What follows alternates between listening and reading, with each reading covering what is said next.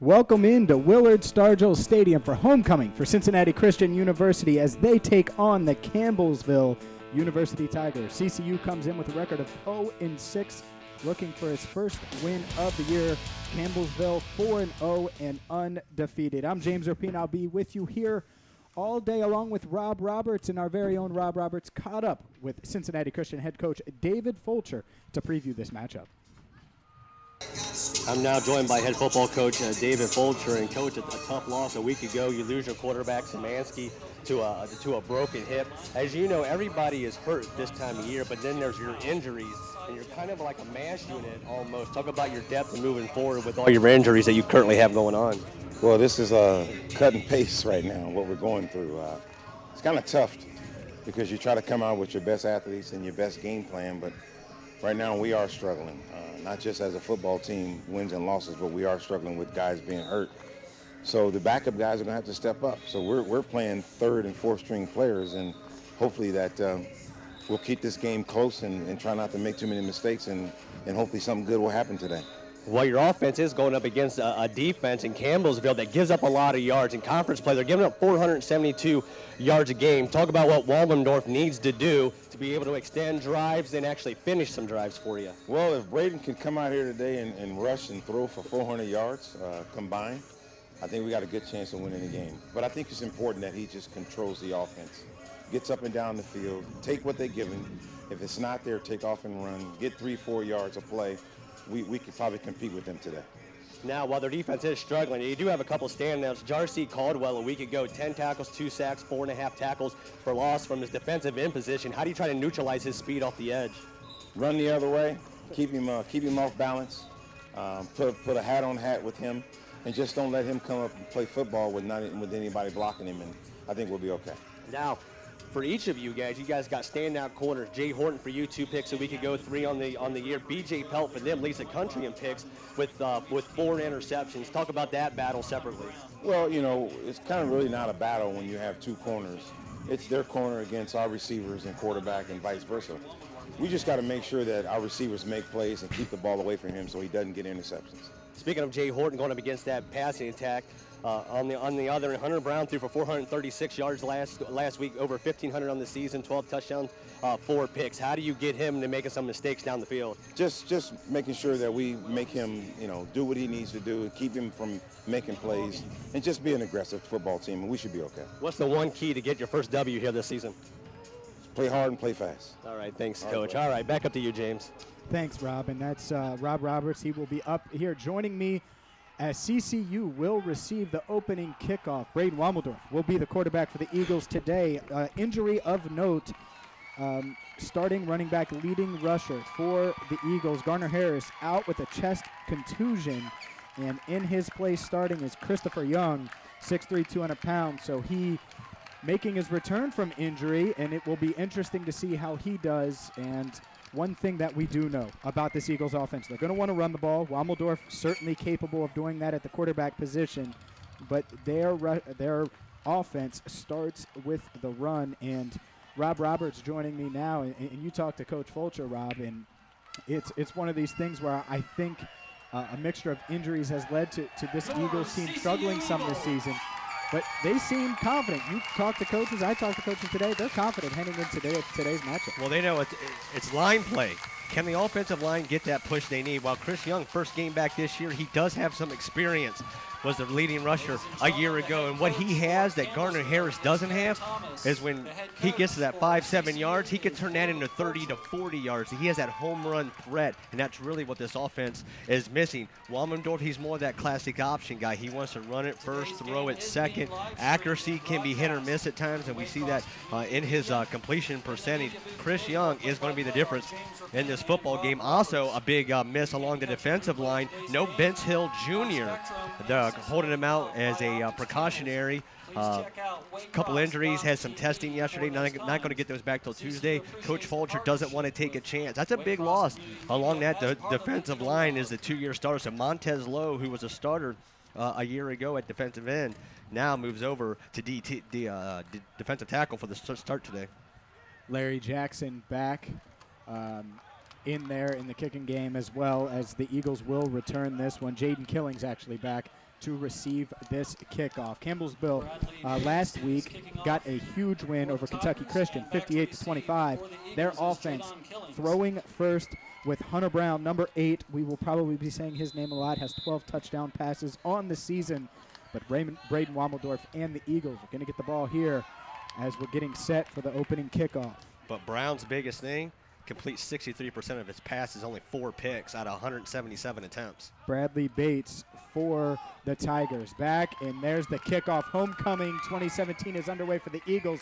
Killings takes it on the right hash, cuts it upfield into the middle of the field, gets to the 25, and he will be brought down by a host of Tigers there, and they're actually going to mark it at the 26-yard line, so that's where Braden Wommeldorf from the Eagles offense will start. We talk about Wommeldorf, exactly, a 50% passer. Well, that's what he is, 28 of 56 on the year, only 219 yards, 1 touchdown, 2 picks. More known for his legs, 44 carries, 184 yards on the season. That's where he is going to be the difference, on his legs, with his legs, and using Chris Young as well. Chris Young in the backfield on this opening drive. 1st and 10 at the 26-yard line. Wommeldorf under center, and he's going to throw a pitch to the right side. Chris Young takes it, looking for room, finds some room, breaks it outside, gets across the 30, make it the 31-yard line, and that is really big. Rob, anytime this Eagles offense has struggled, they struggle on first down. They don't get that run that they need. They're going to get 5 yards on first down. It's going to be good for them today. Well, that's always been the key to this offense, is keeping it ahead of the chains. You're able to get that 2nd and 3rd and manageable. You keep that run-pass option open. But Coach Fulcher talked about running away from Caldwell. That's exactly what they did. On that play, 99 lined up near side. 2nd and 5. Wommeldorf takes the shotgun snap, looking to throw. He's got his man. That's going to be a first down and more. Killings across the 45 to the 46-yard line. And there we go. Braden Wommeldorf completing the his first pass of the game, and that's going to give you a CCU first down at the 40. They're going to mark it at the 45-yard line. The best part about that, fake it to the left. He used his eyes, moved the whole defense left, came back to the right on that nice little bubble screen. Good start for the offense. 2 plays, just like that, 24 yards. Good block there by Bryce Stalker, the starting right tackle, sophomore, 6'3", 330. Getting out in front and giving Killings a chance to make a move and pick up the first down. So here we go, 1st and 10. Sends a man in motion. Wommeldorf looking to throw under pressure. Looking, going to roll out, and he's going to run, and he's going to turn what looked to be a negative play into a positive one, and that's what you're going to get with Wommeldorf. It looks like a gain of 3, and he ran a lot of yards, but he ends up turning that into a positive. And that's the difference in the legs. The running back did a good job. He was able to pick up 1 blitzer, but able to come off the edge was Darius Dorns. And the one thing we saw in that screen pass I like, they went right at B.J. Pelt. They're like, you lead the country in interceptions with 4. They went right after him on that first bubble screen. Wommeldorf going to operate in the shotgun. Chris Young to his right here. 2nd and 7 on the 48-yard line. He takes the shotgun snap, handoff up the middle. And this is going to be, Young's going to take it across the 50, get it down to the 47-yard line. That's going to bring up 3rd and 2. So right now we have 4 offensive plays for Cincinnati Christian, 4 positive plays, and this offense seems to be getting in a rhythm now. 3rd and short for the Eagles. You saw it right there, that burst ability there by Young. He was patient, waited for the hole, and he has that quick acceleration. Able to turn really what would have been normally a 2-yard gain. He makes it into a 6-yard gain, and you're right here, 3rd down, 2 to go, manageable. Whole offense is still in play.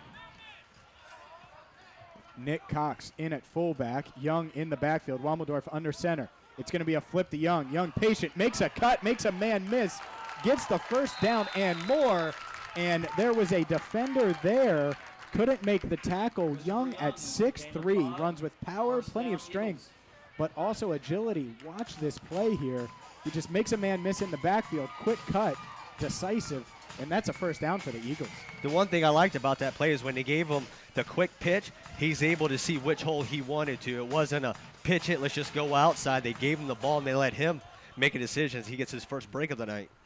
He does, and 2nd first down in a row. Wommeldorf going to fake the handoff, play action, looking downfield. He's got his man in the flat.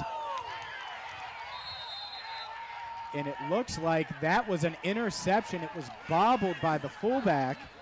And wow, what a bad break here. You see it, he's got his man open. That's number 48, Nick Cox. Wommeldorf throws it to him, and he bobbled it, and it just went right into the hands of the Campbellsville defender. I didn't get the number there, but what a bad break for this Eagles offense. I mean, that's just a perfect bounce for the Tigers, and they take over. It was almost like 2 weeks ago against Lindsey Wilson. The offense is moving the ball, and then unfortunately they had that fumble return there from the 30. But you're going to get a look at Hunter Brown, 1,546 yards pass on the season, 12 touchdowns, 4 picks, but he completes 63% of those passes. Leading receivers, number 3, Q Young, and they're going to start with a play to that looked to be, that's Jordan Brown actually, and it's going to be a pickup of 7 yards. So nice gain there. And Hunter Brown, he's going to throw it a lot, operating under center here. A little no huddle for the Tigers. Sends a man in motion. He's going to look to throw again. Pressure, does a quick flip in a good play by Brown. And that's going to be good enough for a first down to the Cincinnati Christian 44-yard line. Good tackle there by Alvin Burke getting the start. But you saw what that jet sweep did on first down. Able to keep those defensive linemen at bay, open up that shovel pass on the very next play. And here we go, first down, looking downfield, no one there, just throws it away. And Hunter Brown couldn't find anyone there, but we're seeing this is a pass first offense, Rob, and they're going to air it out. They're going to throw it all day, especially a beautiful day like today, plenty of sunshine, no bad weather. But the one thing, Campbellsville, they really haven't gone up against the defense, and the one thing CCU does have is 2 shutdown corners. You got Horton on one side, McNeil Jr. on the other. You can leave those guys on islands and use your safeties in other places. Hunter Brown operating out of the shotgun, looking downfield, has a little pressure, going to throw the screen pass, has his man, and that's going to go for nearly a first down. Hits Zarek Willis for the gain. Going to bring up 3rd and short for the Tigers. Now 3rd down short to go. You need about 1.5 yards. Normally it's 4 down territory, but the one thing that Campbellsville does have is Bradley Bates. Not only is he a place kicker, 16 points a week ago, is actually handling the punting duties as well, a weapon anywhere on the field. Brown operating under center, sends a man in motion, handoff up the middle, good enough for a first down and more. And that's number 33, Wade Holtzclaw, who leads the team in rushing touchdowns, has 6 touchdowns on the season, and he picks up the first down for the Tigers. As you see, a player loses his helmet, 2 of them, so they have to check out. But that's right there is where you miss Vince Hill, that big body man up front on that defensive line. And so far, Campbellsville's been taking advantage of that, had the Tigers in between the tackles. 1st and 10 on the 28-yard line. Tigers off the turnover where they intercepted Braden Wammeldorf. A freak play, and they got his man again, and that's going to be another first down. And that's Hunter Brown hanging in the pocket there, even though he was pressured by Alvin Burke, who you mentioned got the start, able to get the throw and hit it to number 23, Jordan Duff, for the first down for the Tigers. Bryce Kelly in coverage, but once again, now you got a safety on a slot receiver, and that's always advantage offense. No huddle here on first down. Brown looking. He's got his man on a screen, but a really nice play there. McNeil. And that's a big play by McNeil, taking down number 33, Wade Holtzclaw, and that's going to bring up 2nd and long. The one thing Horton and McNeil can do is they can tackle, and they can hit people in space, and that's so huge to be able to have that on the boundary. So here we go, 2nd and 11. Campbellsville still running the no huddle. Brown sends a man in motion. It's going to be a little reverse end around there, and Burke sniffed out by Cincinnati Christian. Going to bring up 3rd and long. Great stuff there by CCU, Alvin Burke and company. 3rd time we've mentioned his name tonight, taking advantage. On the first drive. Sometimes that's all you need. Hey, we got a guy down. It's that next man up mentality. A guy just wants his chance, and you take a chance like this. Hey, it's going to be hard to take that guy out of the starting lineup. He keeps playing like this, like he has on this opening drive. Big 3rd down here, 3rd and 11. First drive for the Tigers. Brown going to throw, looking for his man, has a man, and it's tipped up and intercepted by Cincinnati Christian, and he nails it. What a big play. Quincy Gilbert, it looks like, has the interception. But right there, when you have Horton on one side, McNeil on the other, they're going to have to throw that ball over the middle. They went too high safety on that. They're able to get the tip, and right there's your strong safety able to pick it off. But that's what happens when you have 2 shutdown corners on each side. They got to go to the middle of the field. There was coverage there. They're able to tip it, come over, and that's a great start for this defense. Coming in, Hunter Brown had thrown 187 passes. Only 4 were intercepted in 4 games. That is his first interception today. So far, both defenses coming up big as both offenses have had first down. So here comes Braden Wammeldorf, 1st and 10, and he's going to hand it off And Young looking for room, not finding it, had to cut as soon as he got the ball, and that's a big loss. Going to take him back to about the 14. Well, they're going to mark it at the 16-yard line with forward progress. Well, Williams, 55, was able to get back into that backfield. Young never had a chance. You had 3 Tigers in the backfield immediately, but anytime you get a turnover like that, you got to seize that momentum, get the ball down the field, flip that field position, and put your defense in a good spot. So here we go. 2nd and 14 now as we approach the 8:30 mark in this game. Chris Young going to line up in the backfield right next to Wammeldorf, who's operating out of the shotgun. We're 0-0 here. Both offenses have turned the ball over today. Wammeldorf on the keeper, the play action, going to get back to the line of scrimmage, and they're going to give him a gain of a yard. It's got to bring 3rd and 13, and this is what we discussed on the first drive, Rob, and that's why the Eagles were so successful. They were getting chunk plays on first down. They had the loss on first down there, and it puts their offense. Well, anytime you got a 50% passer, a guy that likes to run it compared to throw it first, you got to stay ahead of the chains. 3rd down and 14. An offense with a quarterback like that, they're just not going to be successful. 3rd and 12 on the 18-yard line. Cincinnati Christian off the turnover, trying to convert a 3rd and long. Wammeldorf looking downfield, has his man right away, and he's going to run all the way up, and flags are thrown. That's Larry Jackson taken down out of bounds, and that looks like it's going to extend this drive. A quick throw and catch, and that's huge there for the freshman wide receiver. Well, Jackson's had a couple big games the last few weeks. Now his 13th catch on the season, but regardless of the penalty, he still had the first down, able to show, hey, you get that one-on-one coverage, you're able to beat your man, and then they get the face mask at the end. Yeah, and you'll see the face mask here on the replay right at the end there, and that's just a lucky break almost to get you. 1, it shifts the field position. 2, it gets you a first down.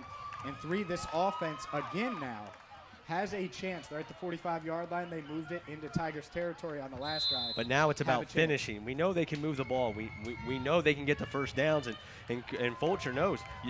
The 30 to the 30, that's great, but you got to start capping off some of these drives. Braden Wammeldorf sends a man in motion on 1st and 10 from the 45, looking to pass it. He's going to be a swing pass to Chris Young. Young tries to make a man miss, but the Tigers sniffed it out, and that's going to be a loss of 10 yards on first down, and it'll be 2nd and 20, and that's just a good play by the Tigers. Well, that's one, if you're the coaches, you want to talk to Wammeldorf. When you look over and you see 3 Tigers there out in space, you almost got to just tuck it and run. Instead, it's a 10-yard loss on the run. Technically a run play as it was pitched backwards, but anytime if you don't get that one-on-one out there and you're outnumbered, sometimes you just got to tuck it and run.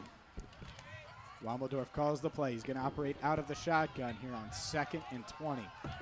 Chris Young to his right. 2 receivers to the bottom of your screen. 1 at the top. Wammeldorf going to pass it. Looking downfield, under pressure. Rolls out to the right. Looking downfield, has his man in a flag thrown. And it looks like that might be in the area of holding, which is going to back up Cincinnati Christian even more.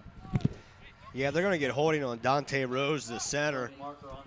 They're just going to decline this. It's going to make a 3rd down and long, and it was a good pocket for Wammeldorf. I kind of think maybe he left just a little too early, but he's one of those guys more comfortable throwing on the run than he is sitting in the pocket. You see, he got happy feet. The pocket was still clean. He had a wide-open receiver, just throw a little too high. Yeah, and that's the struggle as a quarterback. You're throwing on the run there. Had his guy, just overthrew him, threw it a bit high. So as we approach 6 minutes to go in this first quarter, CCU has had, this is their 2nd drive. They threw an interception on kind of a freak play. The defense bailed them out with an interception of their own. And now this team faces 3rd and 20 as Wammeldorf takes the shotgun snap. It's going to be a handoff right up the middle. Chris Young finds plenty of room, and he's going to run for the first down and more. 1 man to beat, cuts up the right side and trips, but he's all the way down to the 25-yard line. And Rob Roberts, when you hand it off on 3rd and 20, you're just hoping to get some yards. Chris Young got all of the yards, stumbling, bumbling, down to the 25-yard line for a CCU first down. Well, you know, you're just trying to get 10 yards and help with field position. But like Coach Fulcher talked about, Chris Young's a football player, and you see that difference. We talk about that 2nd-level speed. He was able to turn it on, really, just tripped over his own feet. Otherwise, he'd have been walking for 6. So here we go. What a huge 3rd down conversion. And Wommeldorf on the keeper on first down. Finds some room, gets to the 21. And that's a pickup of 4 on first down after back-to-back negative plays on first down. So here we go. The Eagles getting close to the red zone. Rob, you mentioned finishing. They're going to have their opportunity to finish this drive with points. You almost got to think that this is 4-down territory as well. Of course, everybody knows Logan still out for the year with the ACL, but you got to finish. You got to get some points here. I'm kind of surprised they haven't gone back with Young at tailback yet. Instead, they're going with the freshman, Anthony Brown. Wommeldorf under center. He's going to hand it off up the middle. Makes a cut, and that's going to go for no gain, maybe a pickup of a half yard at most. Going to bring up 3rd and 6 with Anthony Brown there, as you mentioned. Not much running room. Well, the one good thing about a 3rd down and 6, especially if you're playing for 4-down territory, is you just need that 3 to 4 yards, set yourself up. And Young's a guy we saw in the last play. You give him an inch, and he's going to take a foot. Wommeldorf going into the huddle here. Big 3rd down. And now you can also, ball's left side, you can use Wommeldorf, roll to his right. Then all of a sudden you're using his legs and his arm too, give him that RPO, that run pass option. The Eagles on a big 3rd down, and Wommeldorf's going to throw it. He throws it, and that he was looking for Cox there on the right side at the top of the screen, unable to complete it. Going to bring up 4th and 5 with 4:13 to go, and it looks like Wommeldorf walking to the sideline. Offense going to stay on the field, though. Kind of an interesting play, rolling your fullback out into the flat like that when you got a guy in Mason Chapman, our last home game against Lindsey Wilson, who had 8 catches, including the touchdown from Szymanski, his first college touchdown pass. We say that because last week dislocated his hip, had surgery last night, still in the hospital. We hope him for a speedy recovery, but you got a guy like Chapman, you got to utilize him. Wommeldorf was late getting out of the huddle there. Play clock ran down, was at 3. He's going to take a timeout on this 4th and 5. Big play here as CCU. It's homecoming. The offense has moved the ball down the field twice now. First drive ended in an interception that was tipped and went right to a Tigers defender. This drive could end, they're hoping, better with this 4th and 5 coming up. And Rob, I would assume that Wommeldorf has thrown it a little bit more today than we've seen in the past. I think this will probably be a throw. But you like to keep that run pass option open, and I'd like to see what Young does out of the backfield as well. Maybe you use him on a running back delay, act like he's going to block and slip out of the backfield and see if anybody accounts for him. Young's really been the difference, and you can tell this offense missed him the first 6 weeks. Nothing against Garner Harris. Garner Harris is your bruiser. He's going to get you 3 yards a pop. But Young's a football player, and he's got that second-level speed where he's able to take that 5-yard run, which we saw earlier, and turn it into a 40-yard run.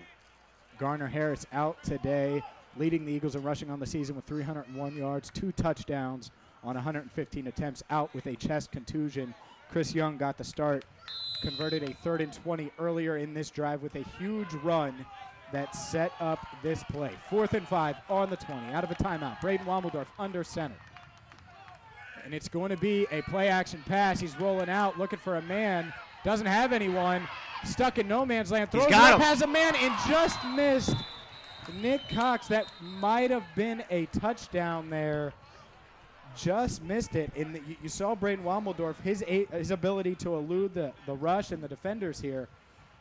As you see, Nick Cox, great job by him of breaking away. Right there, the legs. He was covered initially. That defender stepped up, afraid that Wommeldorf was going to run. But right there, you see the accuracy, and really that's what's holding Wommeldorf back. He's a 50% passer, and you saw it there, a wide-open receiver, and he threw it over his head. So 2 drives for the Eagles, 2 drives that resulted in multiple first downs. No points here as we approach the 4-minute mark in the first quarter. CCU's defense came up big with a red zone interception on the first drive. Hunter Brown, who's going to throw it plenty today for the Tigers, back on the field. And he's going to operate under center here. 1st and 10 from the 20. It's going to be handoff up the left side, and CCU sniffs it out. It was Burke again. Chance Goodman had nowhere to go, and yeah, that's the 4th time, I believe, we've called freshman Alvin Burke's name a player who's getting his start today, his chance today, and he's delivered so far. Well, he won't get credit for the tackle, but what he did was he forced that run back inside. He was able to get a paw on him, slow him down, and then he let Sweat and company clean it up. Brown going to operate under center here. 2nd and 10. He's looking to throw, looking over the middle for his tight end. Doesn't have him. Flips it out to a receiver in the flat over his head. And this Cincinnati Christian defense now forcing a 3rd and long. And momentum, I'm not going to say they have the momentum, Rob, but it's certainly there for the taking. And this defense has played well, even though they gave up a few first downs early on that first drive. Well, that's the first time we've seen pressure on Brown. Boyer and company able to get a good push up front. McNeil Jr. was in bump and run. Brown had nowhere to go with the football. 63% passer. Well, not so far today he hasn't been. 3rd down here. Brown takes the shotgun snap, finds his man, and that's going to be good enough for a first down. Jordan Brown with the reception gets it up to the 30, make it 31-yard line. They had and that was 4 wide receivers, 2 at the bottom of your screen, 2 at the top, and just one of those normal Tigers plays where they run, and they're running the no huddle here as the clock stopped at 3:20 on first down. Brown handoff up the middle, and this is going to go for a gain of 6 to the 36. The one thing we want to check on, Jay Horton's out of the lineup, so when they threw that pass on the end, it was the backup free safety to Quan Render, 21. Horton sitting right over in front of us, not playing on this drive. We didn't see him get nicked up or anything. That's an interesting call with Render on the far boundary. 2nd and 4. Brown sends a man in motion, takes a shotgun snap, looking left, flips it, and this is going to be to Goodman, and running, makes a defender miss, and that's actually Wade Holtzclaw, who we've seen a couple times, and we've seen this flip a couple times today from these Tigers, and it's just Brown fakes, acts like he's looking downfield, flips it to Holtzclaw. Holtzclaw makes a man miss and turns it into a big game down to the 39-yard line of CCU. Well, the one thing the Tigers talked about at the top, they wanted Goodman and Holtzclaw to split the snaps 50-50. Brown on first down finds his man for a gain of about 5 yards. Got his man there, Keanu Young. So on the reception for the Tigers. That's what they like. Quick passes, no huddle. They like throwing a lot, and you see it here. Brown has the ball in his hands for about a half second, knows exactly where he's going with the ball as soon as it's snapped. So here we go, 2nd down, same thing, finds his man again. Young with the reception, going to bring up 3rd and short for the Tigers. The 3rd down defense going to be 3rd down and 2 to go. You know the Tigers are going to try to run the ball, and this is where you need Burke and company to step up, get a big stop here. It's a long 2 to go. Chance Goodman in the backfield for the Tigers. Brown going to operate under center. 2 wide receivers at the top of the screen. Sends the tight end in motion. 1 at the bottom. Brown going to hand it off to Goodman. Goodman gets the first down and more. Gets down to the 26-yard line. So that's going to bring up 1st and 10 for the Tigers. And you see that they're just well blocked. Goodman finds the hole and able to get to that 2nd level. Good tackle there by number 28, Quincy Gilbert, who had the interception earlier. Brown rolls out on first down, looking for a man, doesn't have anyone, but still able to find it. That's the 3rd time he's found him on this drive. Keanu Young, number 3, operating in that slot position.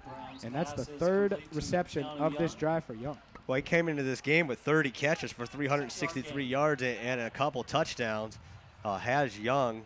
Yep, 30 receptions in 4 games coming in. So that's a pretty good average for Young.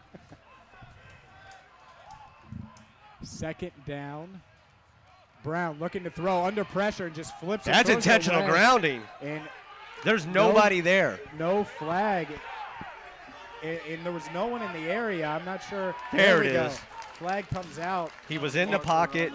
And if we watch this here, Brown, all he did, he was under pressure, and he just threw it out of bounds, and there was no one in the area. Well, that's a big break for CCU. Campbellsville had talked about it. Really, they haven't gone up against any really tough defenses, and I think Brown's starting to see that.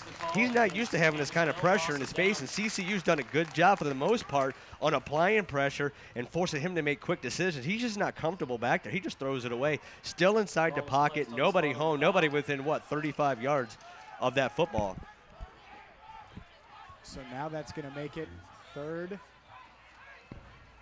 We're in about 15. in a while, Third and 15. which is huge now if you're the Cincinnati Christian Eagles defense. Brown looking downfield, under pressure, running with it, has one man to beat for the first down, and he might have done it.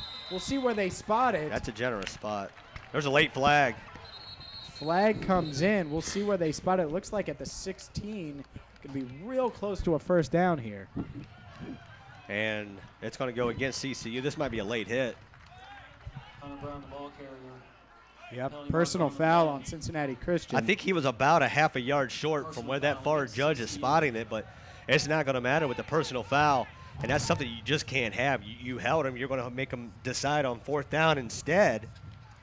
You're going to give him a free set of downs, and those are those mental errors you can't have. Automatic first down.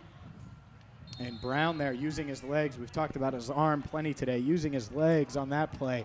And here we go, first and goal from the 9-yard line. Brown sends a man in motion. This is going to be a handoff to Goodman up the middle, finds some running room, gets across down to the 5, make it down to the 3-yard line. How about the counter tray? A play you don't see that often. They faked that jet sweep that worked so well in the first play of the game, and they came back running it off the opposite edge. That's a great diagnosed play. That's a great draw up. Brown operating under center, second and goal, sends a man in motion. And it looks like there's movement up front. Is throwing the fade route there to number 16, Jordan Brown.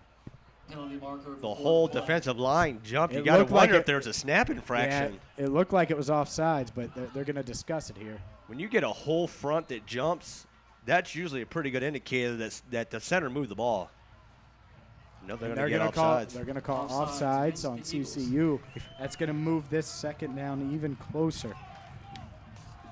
It's either that Half the distance. or they're getting pretty Still comfortable second with the cadence of the Tigers, and they just all jump at the same time. But it's not too often you have 4 guys jump at once just like that. 30 seconds to go here in the first quarter. Campbellsville looking to put the first points on the board.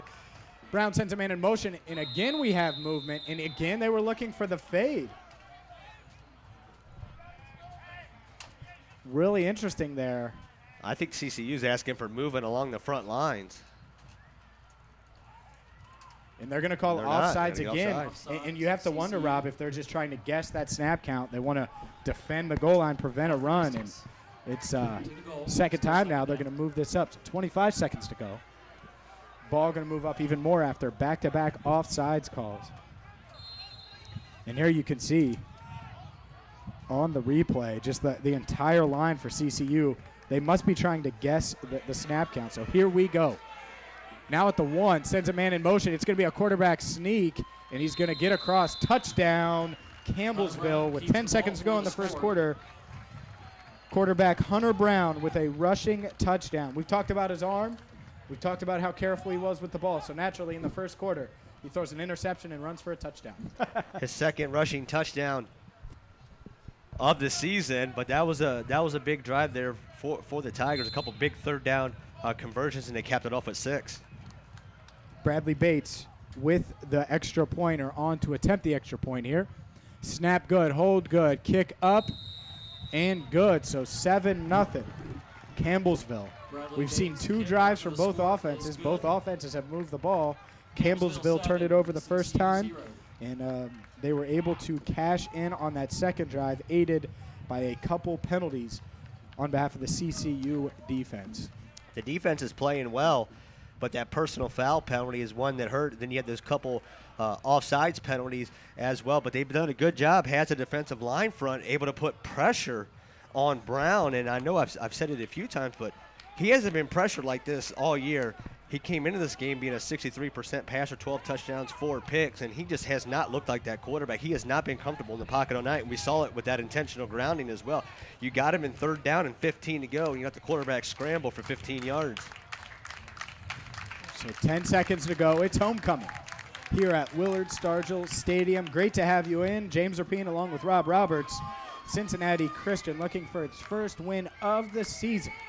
And a beautiful day for football on this October 14th Saturday. Bates kicking off for the Tigers. And Can't tell it's October. No, it's perfect, man. Honestly, I'll be honest with you, Rob. I was worried it was going to be kind of cold. when I saw this game on the schedule. But we got lucky today. We got lucky with homecoming. And we'll see here. Jaden Killings back for the Eagles to return this kickoff.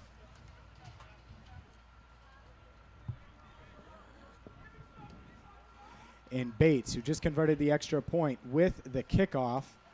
Killings is going to be able to return this from his own 15 on the right side, cuts it up left, looking for running room, trying to get the edge, isn't going to, taken down at the 20-yard line, and that's where, and the flag comes in late from the sideline, from the side judge. Turns the ball out to the 20-yard line. And that could be a face mask or some kind of personal foul. It was in the area of that. The coaches were asking for it. I didn't see the face mask, but you can hear the coaches yell face mask.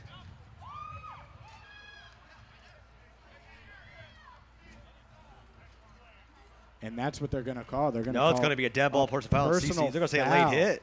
Wow, personal foul on Cincinnati Christian. That'll be halfway. See if we can catch it here at the end, but CCU, the least penalized team in the country, right there. I guess. I mean, that's not even real. He didn't even hit anybody. That's Larry Jackson, who kind of fell on the pile a little bit. I would have get it. I would understand if he would have speared the pile. Yeah. But if that's what it was, that seems kind of silly to me. Kind of a weak penalty. Backs it up to the 10, where the Eagles will start. Handoff up the middle to Young, who doesn't find much running room. Hole closes quickly. Might have picked up a yard on first down. But it was a very good first quarter, especially for Young. You see the difference with this offense when you got a guy like Young in the backfield, a guy that has that home run capability, really going to open up things in the passing game, especially if they can get Chapman going from the tight end spot. And you see that the final play of the first quarter there, where the Cincinnati Christian Eagles on homecoming trail the Campbellsville University Tigers 7-0. But they played a very good first quarter, though. Overall. Absolutely. The offense drove the ball downfield into Tigers territory both drives. First drive ended with kind of a freak interception. It was just a perfect bounce. You can't put that on Wallendorf on that day. No. It was just a perfect bounce for the Tigers. And the defense overall, when you're going against a pass-happy, Hunter Brown-led Tigers team, you're able to intercept him. You're able to bend but not break on that first drive. There's plenty to build on here on homecoming. But looking ahead now, 2nd and 9 on your own 11.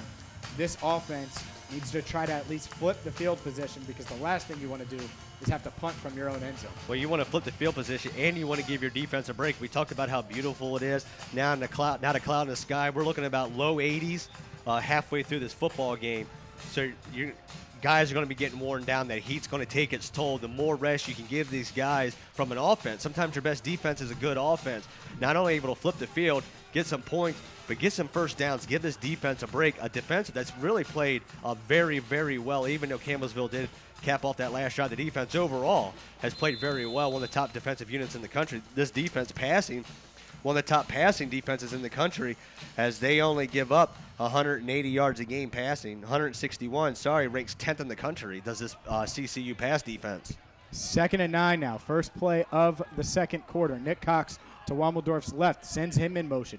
Chris Young there, and pass out to Nick Cox, and that is incomplete. Wommeldorf just missed him on that one. Good play there by the defensive end. Vassar able to get his hands on it, and he tipped it just enough to stop that. But earlier on in this game, we saw him be able to get that ball to Killings on that bubble screen as they went right at B.J. Pelton. They've kind of gone away from that with the emergence of Chris Young, but big 3rd down and 9.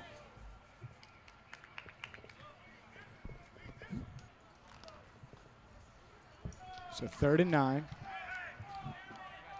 on the 11-yard line. Wommeldorf going to operate under center. Young in the backfield. And it's going to be a flip to Young. He's going to decide where to go. Runs it up the middle. Gets to the 15. Make that right around the 15-yard line is where they're going to mark it. So that's going to get them some yardage. Bring up 4th and 5. A little bit more room to punt. And we've seen that they went to Young on 3rd and 20, and he converted in the first quarter. So you can't blame them for trying it there. They have been using Villarreal as the punter and Womendorf as well, but they're going to go right back to Villarreal. Actually, no.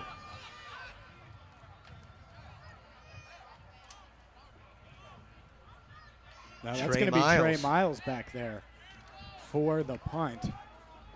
Misses. They got punt block on too. Does the Tigers. Jordan Duff returning for the Tigers. Duff back at the 50-yard line for the Tigers. Miles gets it up, and that is a rainbow punt. It's going to drop, and it might have touched a Campbellsville player there. I'm not sure, but it bounces out of bounds anyways, and that is going to set up great field position for Hunter Brown and the Tigers offense. We talk about special teams being the difference in some games, and right there you just see a bad punt there by Miles, and it's going to put the CCU defense back on their heels. Short field, 28 yards for Brown and an offense that puts up 50 points a game. And on that play right there, it didn't hit any players, but it's dangerous when you have players around and that ball's just rattling around. You never know. So 1st and 10 here. Campbellsville, 28 yards from the end zone. Great field position for them. Brown looking to strike, throws it deep, looking end zone right away. Has McNeil a man almost intercepted. And you throw it up there as Brown did, and McNeil almost pulled it down. We talked about McNeil Jr. at the top, cover corner, and they put him on an island. Should have had that pick, and he'll tell you that he should have had that pick. But now you see why people really don't throw it on the edges anymore when you got Horton on one side, McNeil Jr. on the other side, just locking things down. And that was Zarek Willis, who McNeil was guarding there, and Brown just trusted him, tried to hit him there, didn't do it, and Brown hands it off, and that's his go-to guy now with a sweep to Keanu Young, who's been a go-to guy, 3-4 receptions on the day. By the way, Brown took a hit there after he handed it off, a big gain, but he was limping a little bit. Well, Young, no carries on the season coming into the game. He's already got 2 today, trying to get the playmaker of the ball in space. Brown, 1st and 10, inside the 15, handoff up the middle. It's Goodman. Goodman makes a couple of defenders miss, stumbles all the way down to the 1, twists into the end zone, and they are going to call it a touchdown. Chance Goodman with a touchdown run from the 13, and that's going to give the Tigers a 13-0 lead with 13:27 to go. And in the past 2 minutes, Campbellsville, we've seen how quick, how explosive that offense can be. Well, also on a short field, they only had to go 28 yards to capitalize on the bad punt.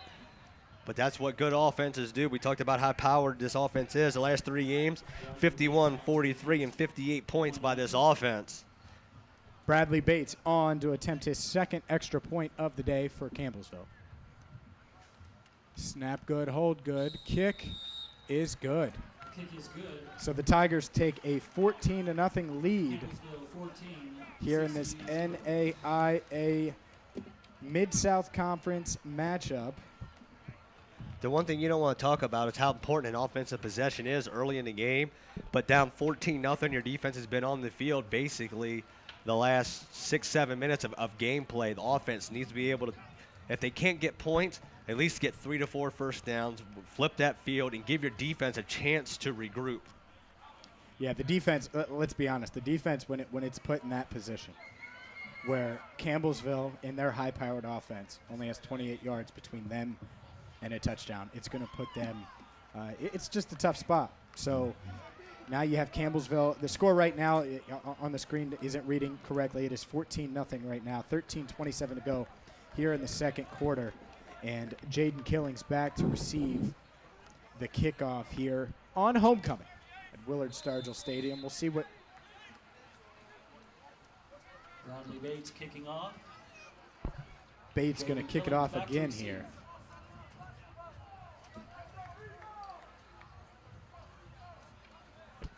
Bates waiting, and here comes the kick.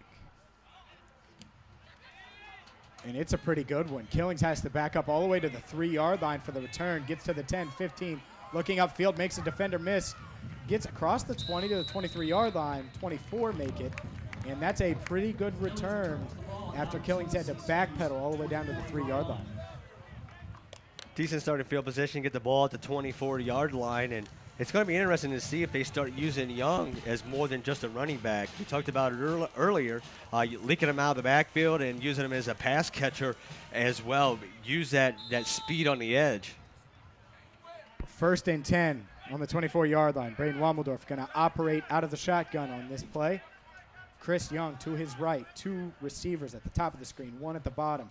Wammeldorf hands it off to Young. Young finds some running room, trying to on the stretch play. Didn't turn it upfield and was brought down right at the line of scrimmage. That's a good tackle there by Baker in the open field. He doesn't make that tackle. Young's going to be running for at least 15, 20 more. Wammeldorf jogging back out to the huddle.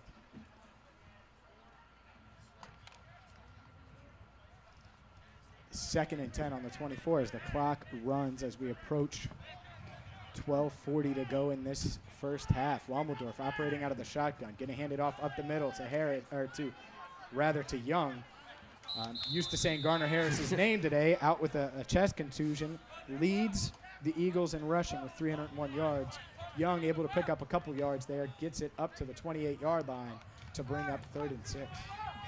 Third down still manageable. You keep your RPO in, your run pass option with what was Wammeldorf. Ball's dead center, so you can still roll them to either side. And they're going to keep Young in the back. For the last couple times on this third down, it's been draw plays to Young on the quick pitch and let him decide what he wants to do. Wammeldorf operating out of the shotgun. 2 wide receivers at the bottom of the screen. That's where he's looking.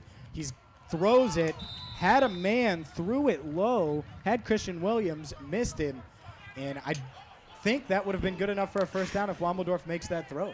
It'd have been close, but at the end of the day, you got a wide open wide receiver. Just look how Williams, to himself, thinks he should have caught that ball, but you got to be able to hit a guy like that. You hit him standing up, he's going to be able to turn and go upfield. The closest DB was 7 yards away. You hit him in the chest, that's a big gain. It would have been a first down, no doubt about it. So what that's going to do, it's going to bring on the punt team again.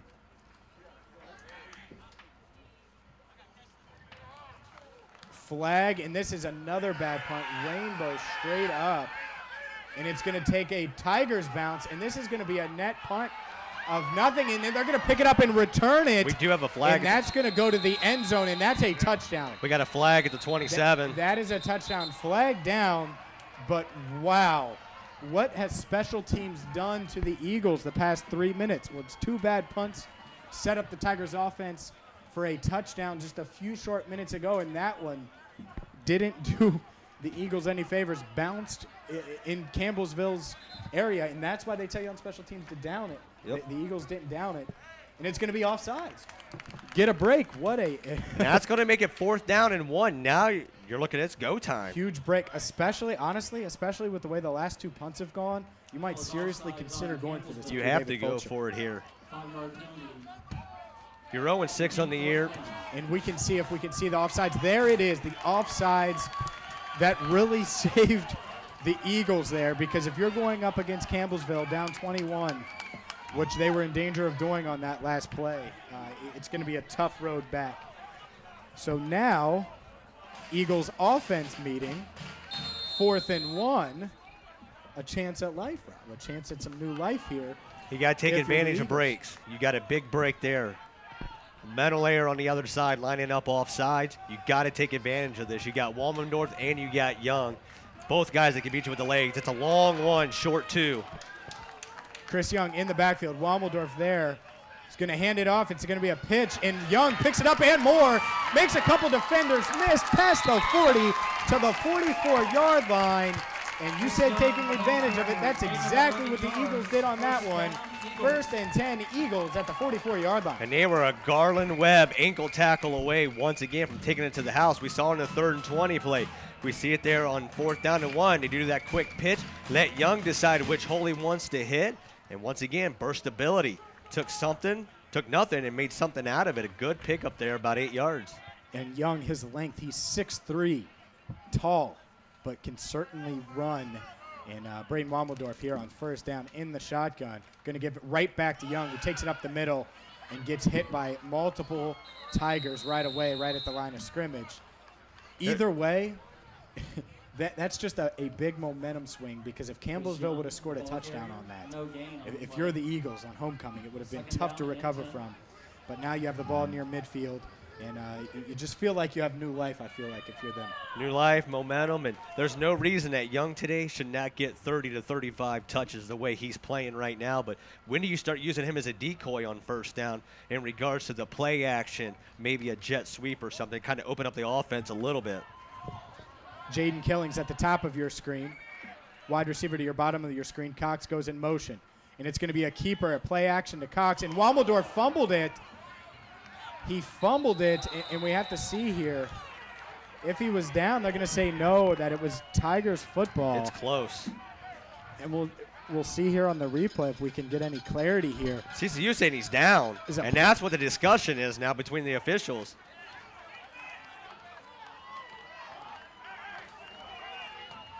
And Cincinnati Christian's defense getting together here. Fulcher said he was down too, and that's exactly what they're talking about. And it looks like it will be Tigers football. So Braden Wammeldorf on the keeper. We always talk unable about to hold on to the ball, and that's and here's a flag. And that's going to be on CCU. Yeah, but I think that was in the area of Coach Fulcher. He might have been chirping at the ref a bit. Turnovers and special teams. That's what every game comes down to. And right now you're seeing a couple penalties you don't see from CCU, the least penalized team in the league, and they already have 3 personal foul penalties today. An unsportsmanlike penalty. Unsportsmanlike conduct penalty, rather. It's going to move it up to the 35-yard line. So we've had a lot. The past 2 drives now, Campbellsville starts on the 28 of CCU and now the 35.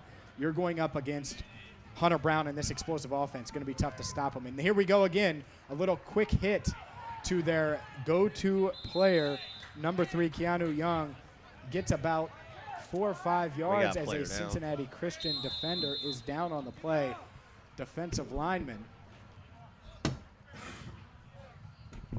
But you see what happens on the shovel pass, especially when you get speed like that out in space, and they're doing a good job of using Young and trying to get him on the edge. And there's the fumble. Just a look at the fumble there that gave Campbellsville really good field position again. Training staff and this out is one there thing looking at the right foot. They can't handle too many more injuries, especially on that defensive line. And I hope he almost looks like Burke, but it's hard to say on who that is.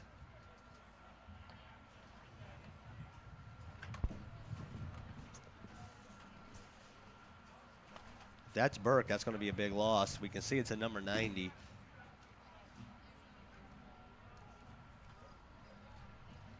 Just hard. No, it's not Burke. Burke is sitting over here, so. Hard to tell there. Coach David Fulcher out along with the training staff. And this is a team that's dealt with a lot of adversity in regards to the injury situation, and they really can't afford to take any more hits, especially along that defensive line. You're already down Vince Hill Jr. for the game as a precautionary as it is. And that is number 95 there, Montez Lowe. Who is starting for Vince Hill Jr., who is out for the game, and he's not putting any pressure on that right ankle. As you can see, that's a huge loss along that front. That's a big body. Is Montez Lowe, 6'2", 225 pounds at defensive tackle.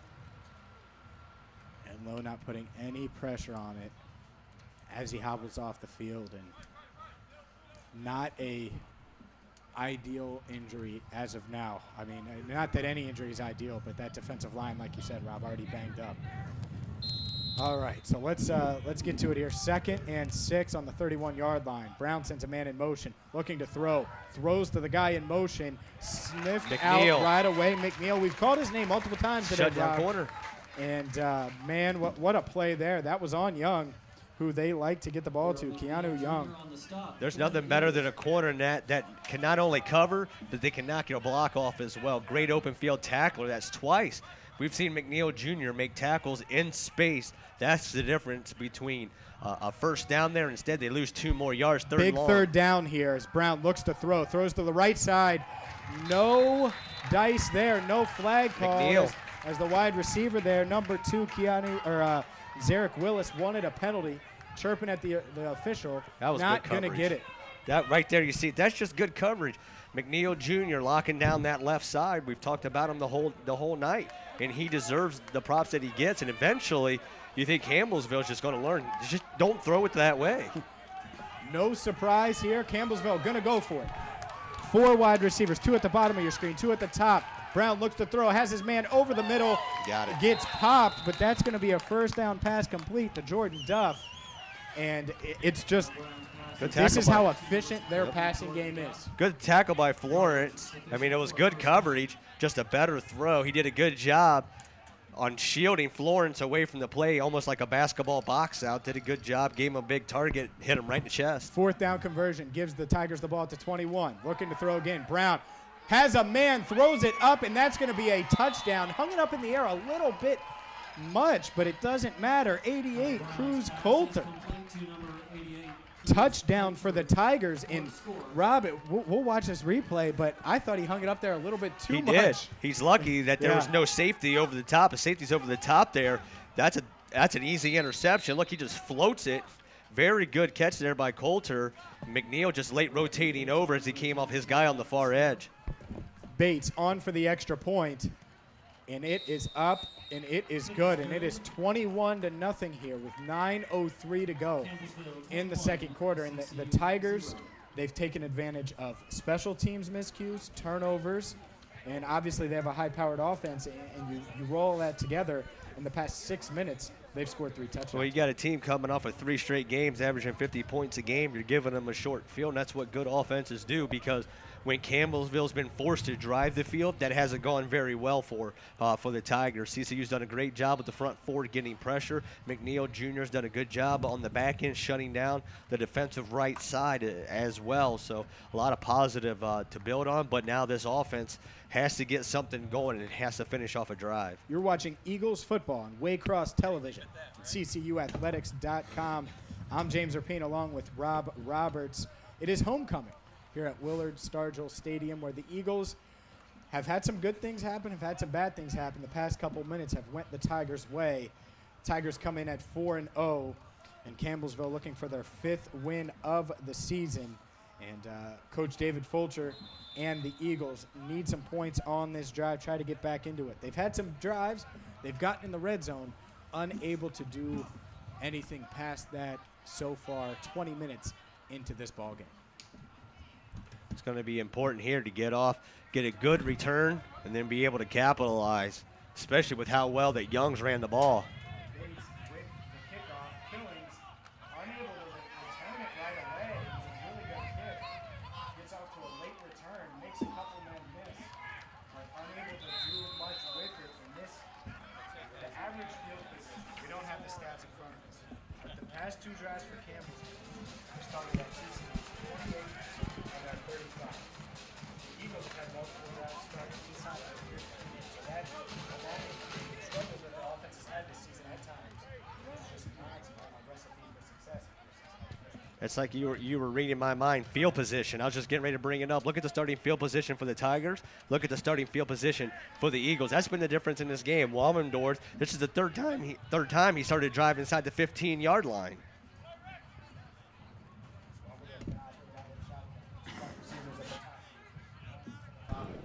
Young on his left. In the back.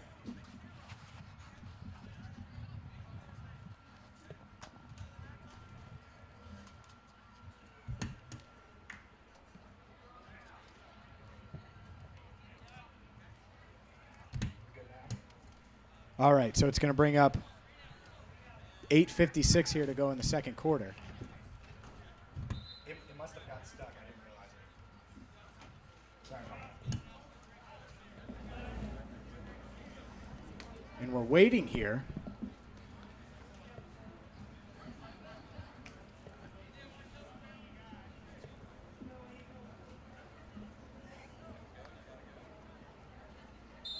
All right, so here we go.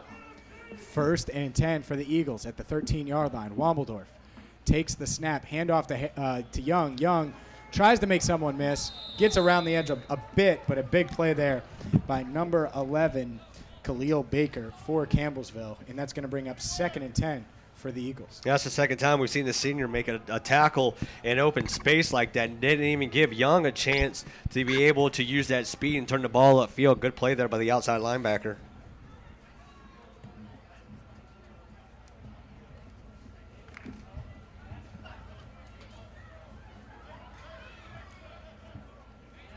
Second and 12. Wambledorf going to operate under center here, and it's going to be a pitch this time. Up the right side, Young gets past the 10, make it to 12. Looks like they're going to spot it in between the 12 and 13-yard line. And that's going to bring up Third and 10. Third and 10 or so. So another third and long. You mentioned field position. Field position is one thing. Another thing is second and third and long. And after the first couple drives, Cincinnati Christian was able to get into second and short, third and short. Hasn't been the case here the past few drives. Well, now you're playing behind the sticks, and now you also have the pressure of your special teams, which hasn't really gone too well the last couple times either. This is a big third down conversion coming up for Walmendorf. They got to convert. Third and a long 9. Wambledorf operating out of the shotgun. Has Cox in the flat, was looking for him. Wouldn't have went for a first down anyway. He had Chapman here at the 35, wide open. Safety forgot to cover him.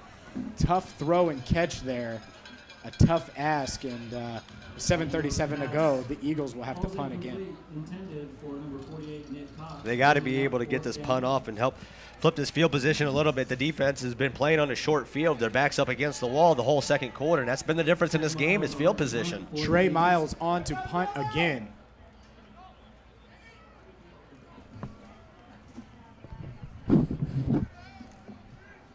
And he's going to punt right from the goal line.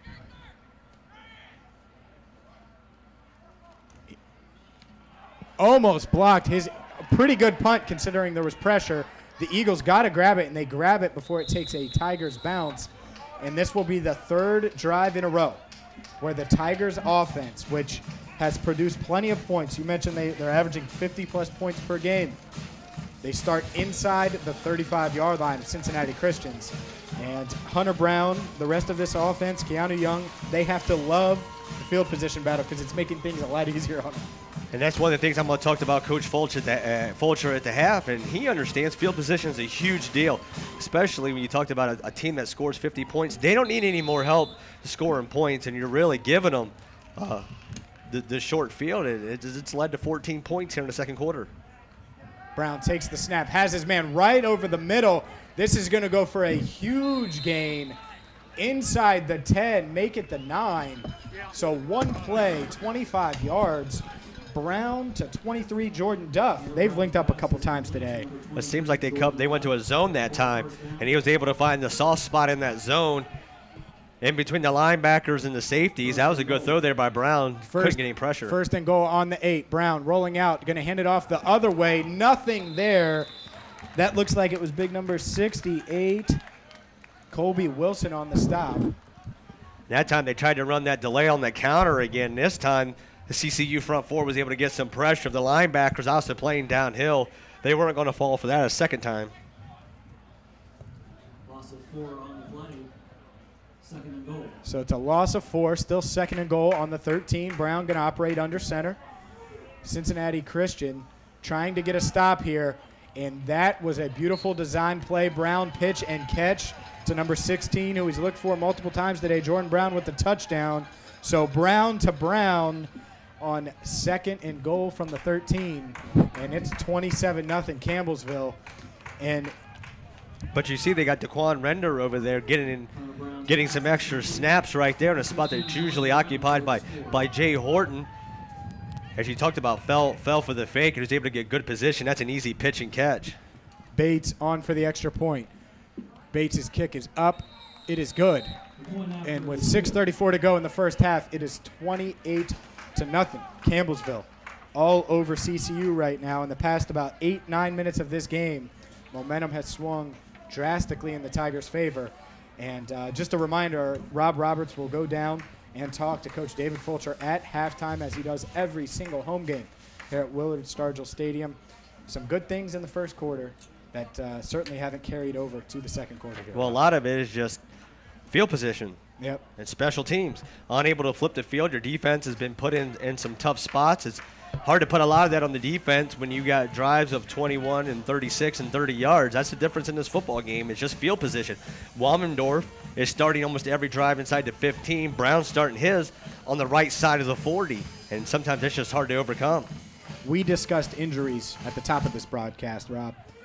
We've certainly seen when you miss a top punter, one of the best punters in the country, goes down with a torn ACL. Well, they've had issues punting. That's something they didn't have issues with last year when he was out there. Well, you talk about a guy that at any given time could kick a ball 65 yards. Not only that, the hang time that that Logan was able to get that ball off with, just a changer, a guy that when he gets healed, he's going to get some invites to some training camps in about 3 years to be able to show off that leg. So here we go. Kickoff. Going to be returned at the 10, 15. Looking to get the edge. Yeah, Jackson up to the 20. Gets hit at the 20. The freshman able to turn a tough. Anytime you have to backpedal on a return, it's really tough to make it a positive return. But Jackson did so there. 19-yard line. So once again, starting inside the 20, you got 6:25, you got 2 timeouts, and you got Young that's been very effective. They've kind of only used him on that quick pitch, a lot of quick halfback dives. I would like to see maybe use him out of the backfield a little bit and have Womendorf take a shot 50 yards down the field. Just let him throw it deep. It's incomplete, it's incomplete. You're going to get those safeties out of the box. You got one safety playing 10 yards off the ball. Everybody, you got 9 guys in the box right now. Anthony Brown in at running back for this first down play. They're going to flip it to him up the right side, looking for running room. Gets through the hole, gets across the 20. It'll be the 22-yard line. So a gain of 3 on first down for the freshman. But it's going to be hard for anybody to run when you got 9 guys in the box. You got a safety sitting 10 yards off, and you got a corner. Everybody else is within that 5-yard buffer zone. Brown is going to stay out there for second down. And you mentioned Young. They're going to have to find someone else as well to carry some of this load. And we'll see maybe if Brown can be that guy for this offense. Kind of equated to like a Saquon Barkley, a guy that can do everything. Now we're going to get a timeout, CCU, but we talk about Barkley, a guy that can run it, a guy that can catch it, but then he also opens up everything for everybody else because everybody has their eyes in that backfield as well.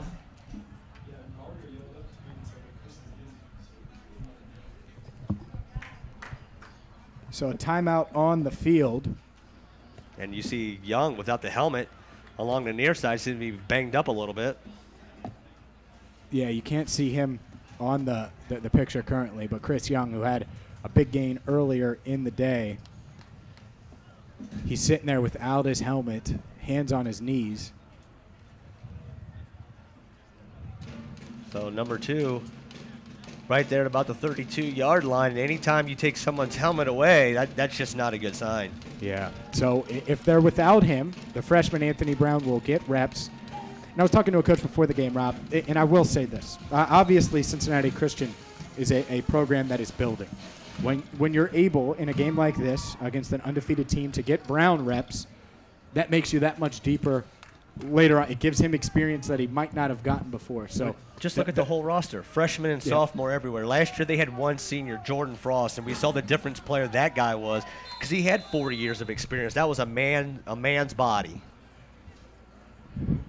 So here we go on second down. Wommeldorf going to roll out, trying to find someone. Makes a throw, and it's going to be a nice pitch and catch there. That's to number 8, Christian Williams. And it looks like that's going to be more than enough for a first down and then some. Of course, Williams out of Bluffton High, able to use those hands along the near side, and that was just a great catch. That's the first down this offense desperately needed. And you see Wommeldorf's ability to roll outside the pocket under some pressure, still able to make an accurate throw on the run. And you're right, Rob, that's a big first down here. As we approach the 5-minute mark in the first half, if CCU can get some kind of offense, some kind of momentum rolling here, it would be huge heading into halftime. Wommeldorf going to take this snap under center, hands it off up the middle. Not going to get much there, the freshman Anthony Brown. They're going to mark it at the 33-yard line. Dyron Williams, once again, 55, the redshirt sophomore, able to get in the backfield as we have an offensive lineman slow to get up. That'd be another huge loss. Jared Carter, the 6'9", 340-pound freshman. But a guy we haven't talked a lot about was the big man, number 99 for Campbellsville, Caldwell. They call him Pops. A week ago, 10 tackles, 4.5 tackles for loss, 2 sacks. We haven't mentioned him at all this first half.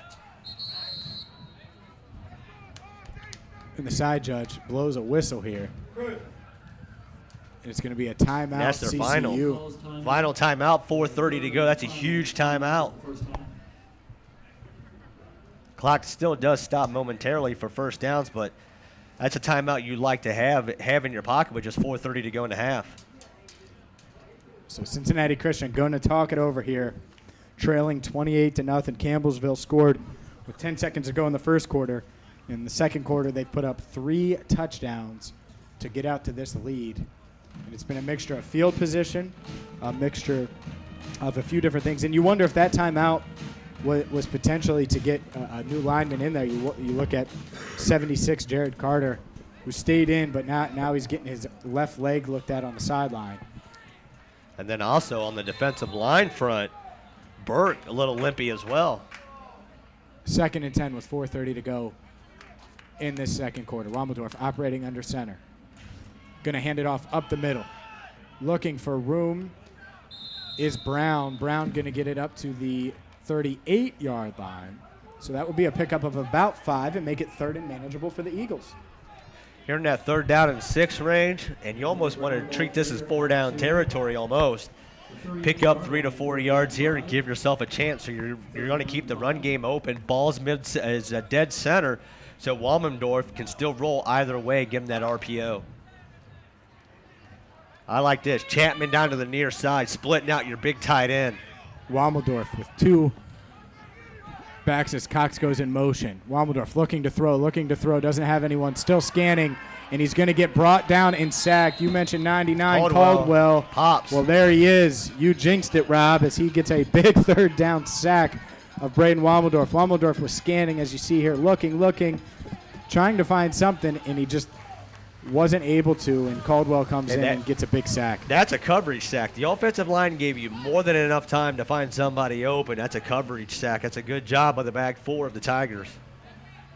Trey Miles on again to punt. And this has been a problematic area for the Eagles so far today. Good news for Miles is he has a little room. As he punts that one, it's going to hit around the 48, takes an Eagles bounce to the 46-yard line. So with 2:54 to go, a quarterback like Hunter Brown, and you're 54 yards away from scoring, you're this Campbellsville University team. They're thinking they're going to score on this one. Well, yeah, 3 timeouts, 2:54. Only have to go a little bit more than half the field, but the one thing that I'm pretty sure they're going to start staying away from is the right side of the field, the way McNeil Jr. has been locking down the one side.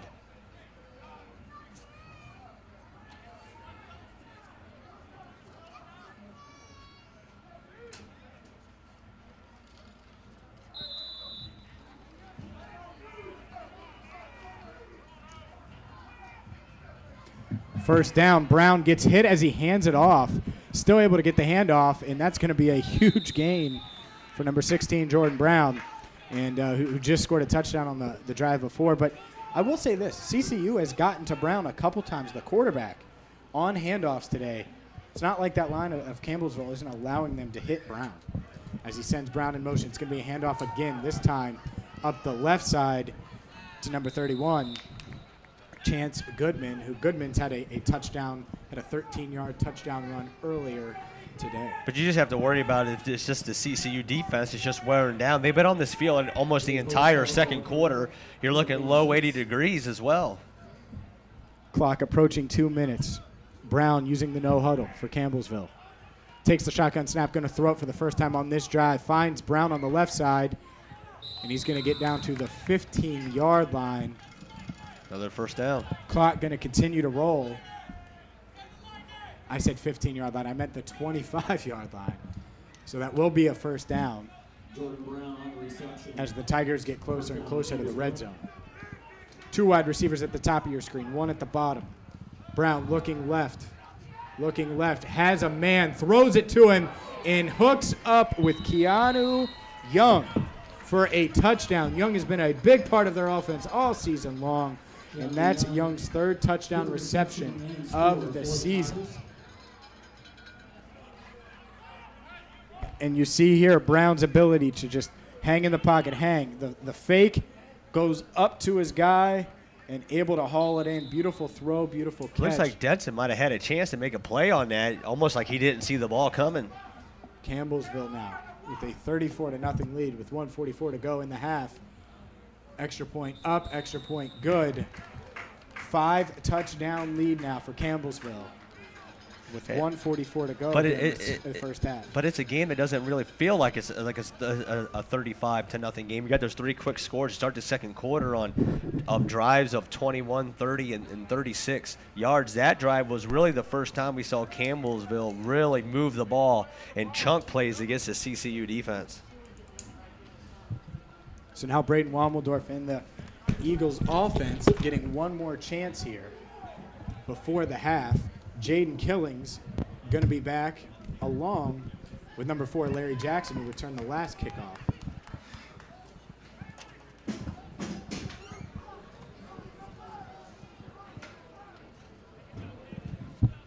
Yeah, he went down there.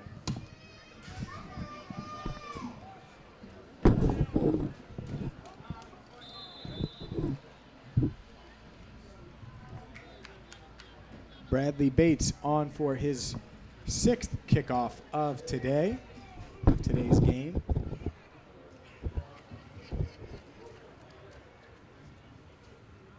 And here comes the kick with 1:44 to go in the first half. And this is going to be returned by Jackson for the second time in a row. He's to the 10, cuts it up the middle to the 20, up to the left side, gets it to the 30, makes a few defenders miss, and he gets it all the way to the 32-yard line. So Larry Jackson, the 5'9 freshman, finds some room on the kickoff return. Going to mark it at the 33. And now you give yourself a little chance. No timeouts for the Eagles. This half, they've used all 3, but the offense, Braden Wommeldorf, will get a shot here.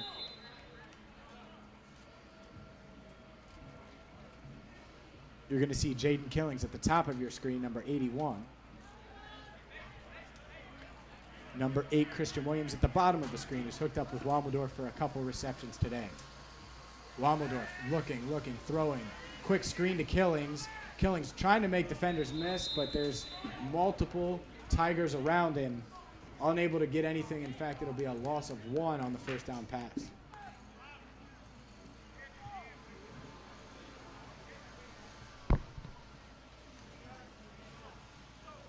A reminder that we will have an interview with Coach Fulcher at halftime to discuss the first half. Rob Roberts has left the booth, going down there to talk to Coach.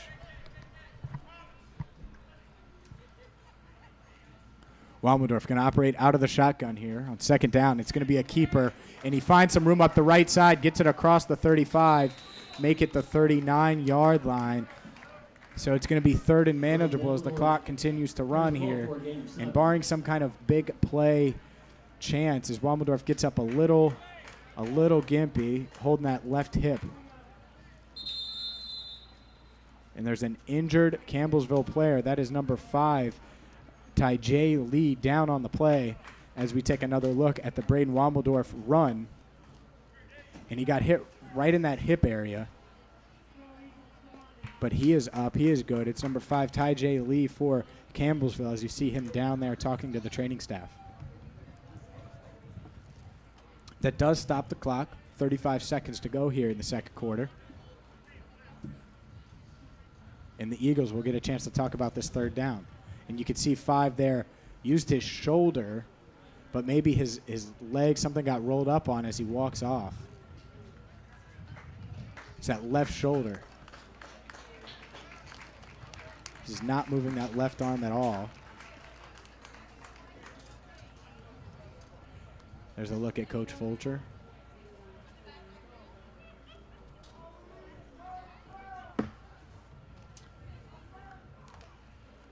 Offense jogging back on the field for this 3rd and 3.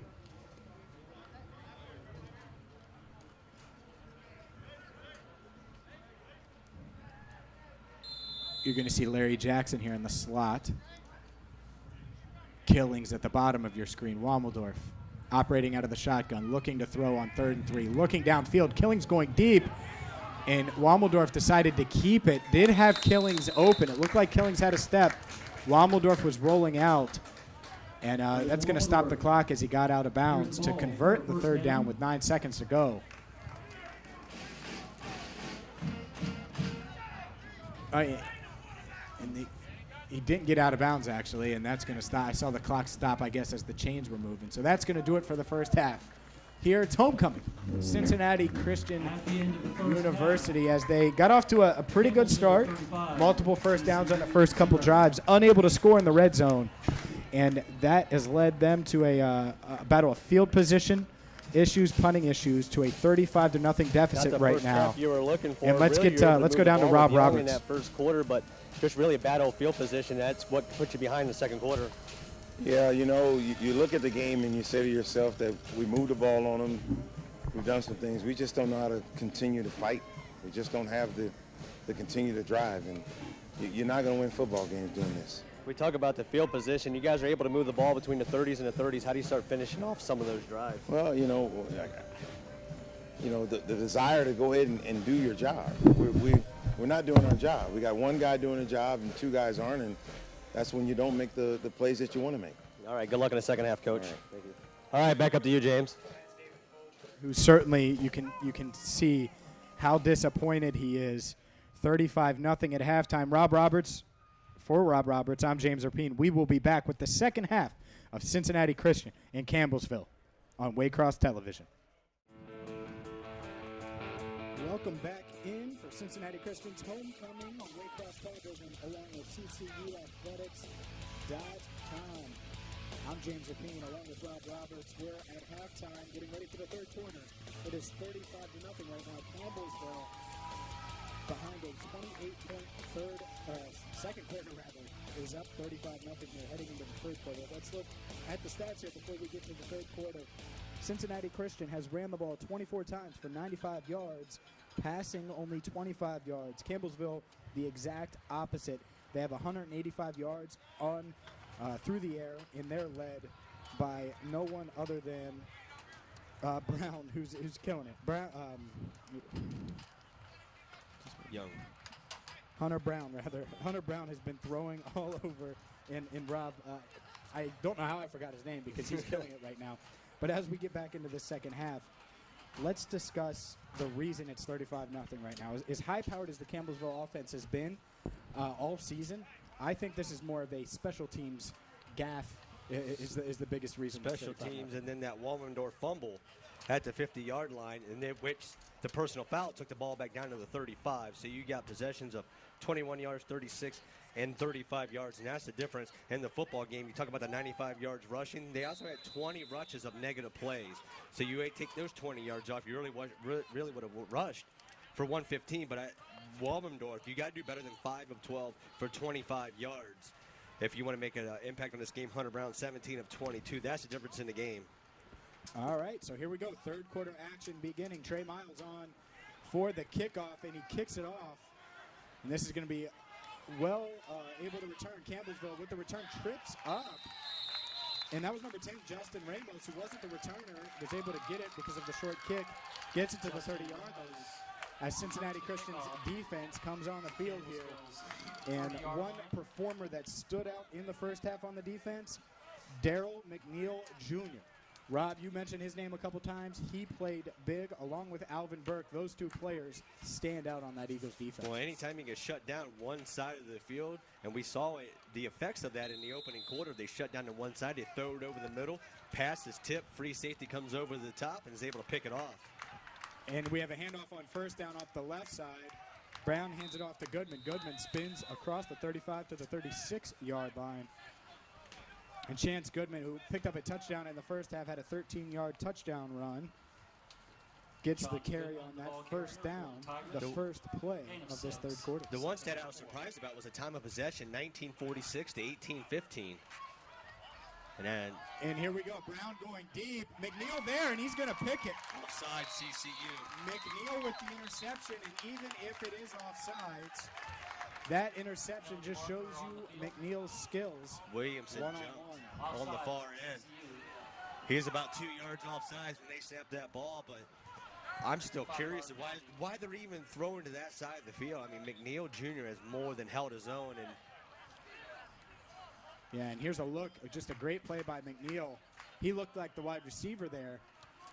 And if you're Brown, you want to throw that up outside to that far hash. And they've tested McNeil a lot today, Rob, and Zarek Willis has unable to beat him. Hasn't beaten him at all. And he's down. McNeil's down, getting some water. That'd be a huge loss. I mean, anytime you can shut down one side of the field I think he's fine. It looks like he's fine. Hopefully, well, in the middle of October, you're not used to 82 to 84 degree days, sun beating down, and something we talked about off the air at the top, cramps and dehydration really come to play in the second half, especially with the up-tempo offense that the Tigers are on. He could have there as McNeil walks off. Holds up his hand. He appears to be okay.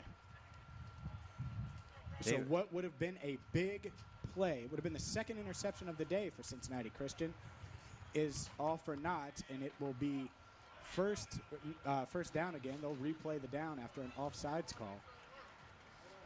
1st and 10 from the 41. For a team that, and actually they're looking at the offsides, and there it is right there. Actually, they're looking at that right shoulder of McNeil Jr. right now on the sideline. I'm wondering when he fell down, did he kind of just jam it in there? Yeah, might have landed on it as. This is a team, especially on the defensive side of the ball, they can't afford any more injuries, can the Eagles? Hunter Brown standing in shotgun at his own 35-yard line. 1st and 10 at the 40.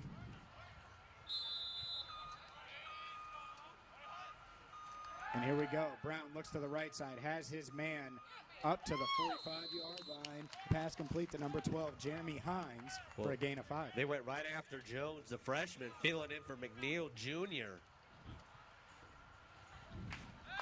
And I would not be shocked. They went after McNeil anyways, even though he's had success all day. So I bet they attack that side again. Which is really surprising. When you got a guy playing that well and it's really taking out that receiver, you think you would just move that receiver to another spot on the field. 2nd and 5. Brown takes the snap. It's going to be a handoff. Goodman. And what a spin there. And that is not Goodman. That's number 33, Wade Holtzclaw, who had a couple big plays, comes in with 6 touchdowns on the season, able to elude the defender in the backfield. Carlos Love, good 51 right there. That was good pursuit there by the linebacker, able to get up the field, but a better move by the tailback. That will bring up 3rd down, though, even with the good move from the running get off back. the field. 3rd and 3. And that might be offsides again. Free play. Brown throws it, has his man, and he's been going to that all day. Zarek Willis goes up and gets it. McNeil Jr.'s back in. And that's a big play for Willis. And something you see this a lot in the NFL, but you see the jump there, and here's Brown completing it. In a good catch there by Willis. But that was a free play. It was a smart play by Brown. Yeah, you see that in the NFL all the time. The hard counts, get a defender to jump, and then you just throw it up. And Brown putting that on display here. That's the second time they've gotten Williams to the jump, and now he checks out of the lineup. 1st down, looking downfield, wide open, touchdown. Keanu Young with his 2nd touchdown of the day, came in with 2. He has 2 more, and that's his 7th reception of the day. And just another play there by Young, who had 42 yards receiving before that play. So huge play there. It's 41-0 right now with 13:01 to go in the second half. In the 3rd quarter. Right. 4th touchdown pass of the game for Brown, 16 on the year to just 5 picks. Kick is up, kick is good. And Bradley Bates is perfect on extra points today. 6 for 6.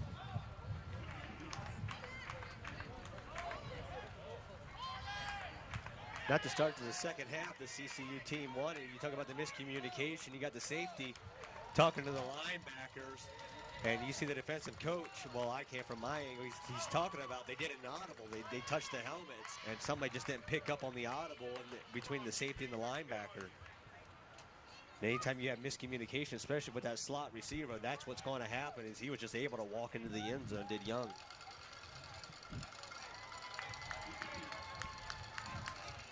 Young isn't a big player by any means. 5'7", 170, but the junior is certainly a guy that Campbellsville goes to, not only on special teams, but definitely one of Brown's, if not his favorite target, one of them, as he has 4 touchdowns, came in with 30 receptions, has added 7 more today 363 yards receiving coming into this game.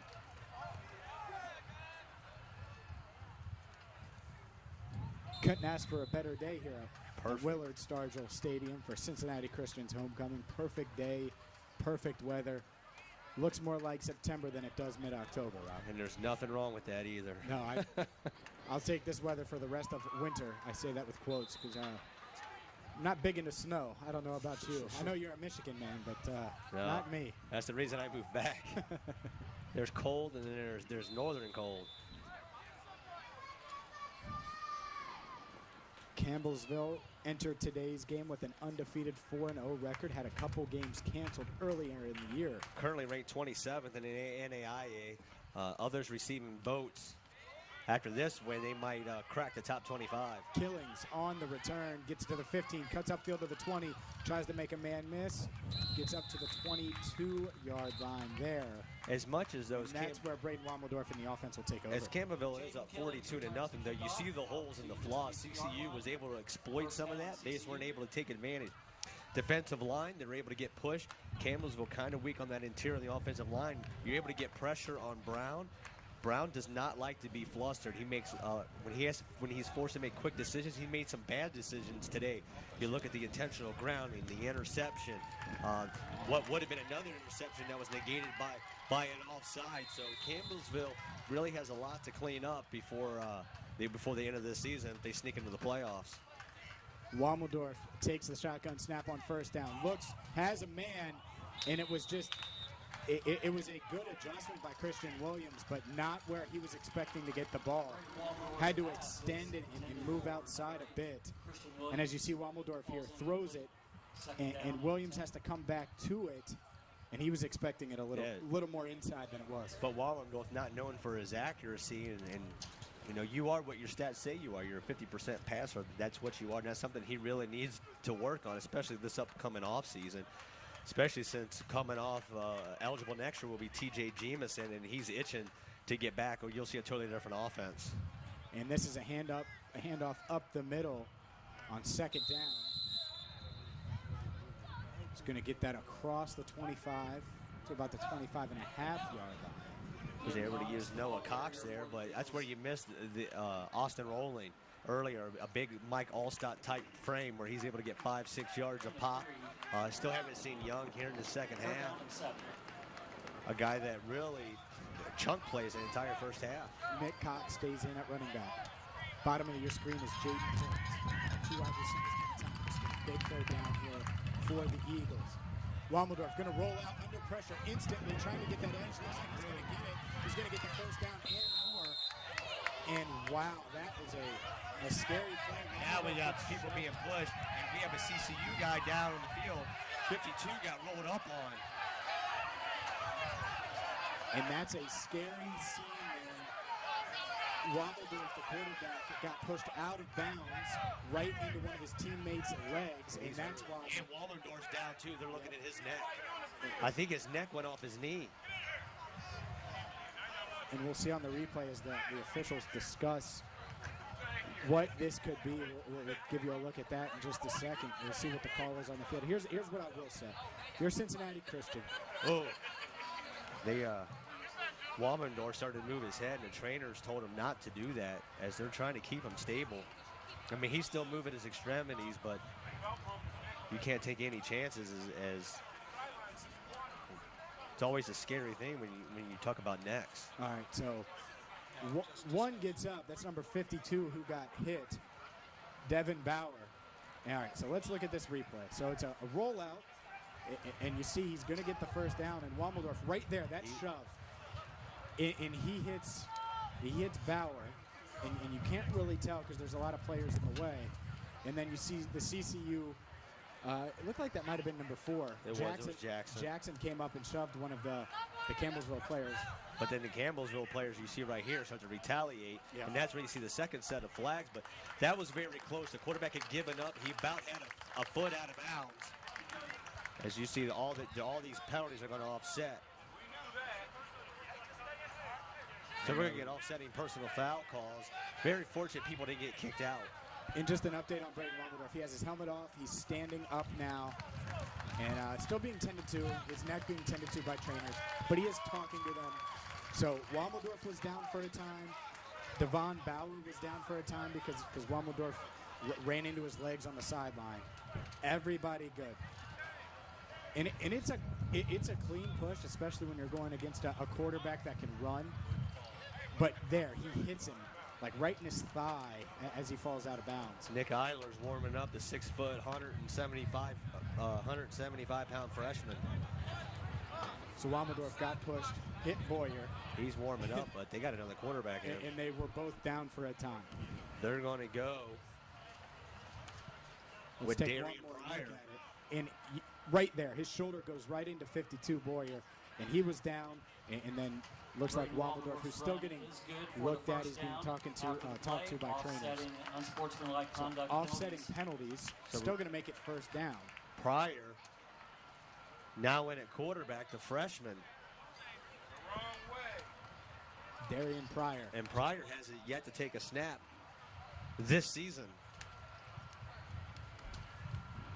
He's going to operate out of the shotgun in his first collegiate play. You got to wonder Nick Cox to his left side. What this does for the fight of the Eagles. Hands it off to Cox up the middle. Going to get a couple yards across the 45 to the 46-yard line. And you know one thing that the officials are going to do after that, you have anything questionable, they're going to start throwing flags because they won't lose control of a football game. I'll tell you that right now. And Wammeldorf is on the sideline, no longer talking to trainers. Has one knee, he's down on a knee, holding his helmet. And they're applying some. They're applying ice to the back of his neck. So the starting quarterback, Braden Wammeldorf, down right now. All right, so 2nd and 8.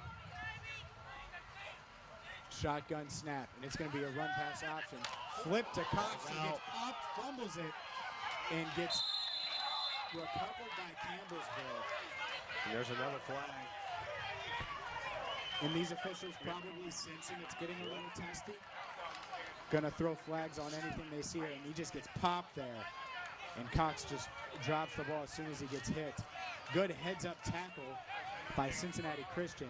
And there's the penalty right there, probably 69 with the hit there, and that's Bryce Stalker. And there you just saw, you got a glimpse of Braden Wammeldorf there with the ice on his neck. So picks up the first down, gets injured on the play, starting quarterback out, and then you have a fumble. Not ideal for the first drive if you're the Eagles. And that's where you Tough to overcome. And that's where you miss Chris Young. He was really the difference in that first half. And you come out, you don't get him for the second half. I don't even see him on the sideline, and then all of a sudden you lose your quarterback who on a sideline play rolls up with somebody else. Now you're going to a freshman taking his first college snaps.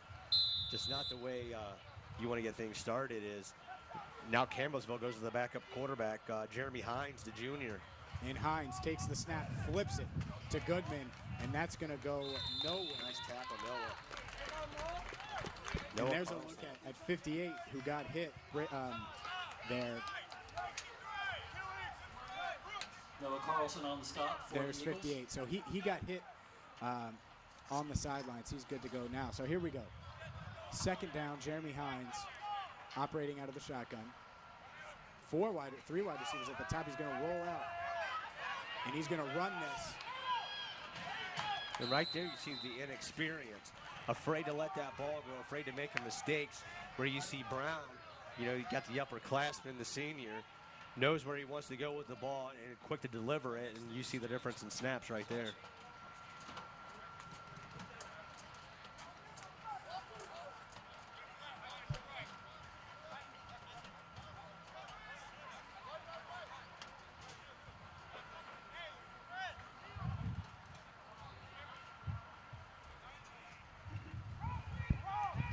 So now we got 3rd down.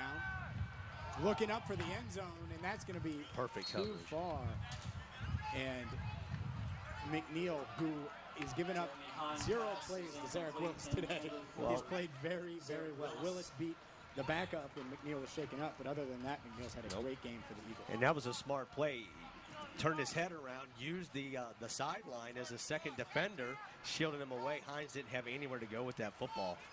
And now Bradley Bates on to attempt a field goal. It's going to be a 34-yard field goal attempt. Perfect from extra points today. And that's going to be no good. No good. Defense holds. And that is a good stop. Maybe gives the Eagles a little momentum here as the offense gets back on the field. Defense holds and no points given up. It's going to be interesting to see if they go with Pryor at quarterback, if they're going to go back to Wallendorf. Pryor's got his helmet on, standing on the sidelines, and that's who they're going to go with. They're going to stay with the freshman. I mean, it's a 42-0 game. You got to see what these kids can do.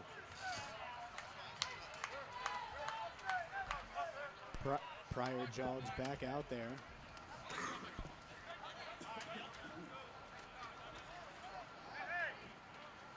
And Darian Pryor is going to operate out of the shotgun.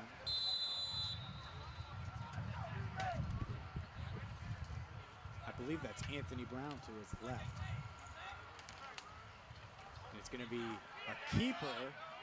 And Pryor tried to get away from the defender, was unable to, and it's going to be a loss of about 3 on first down. Very fortunate he didn't fumble that football as he held the ball almost like a chicken, and he threw his arm out. Very fortunate nobody was there to knock that ball out. He's going to have to get some better ball security moving forward.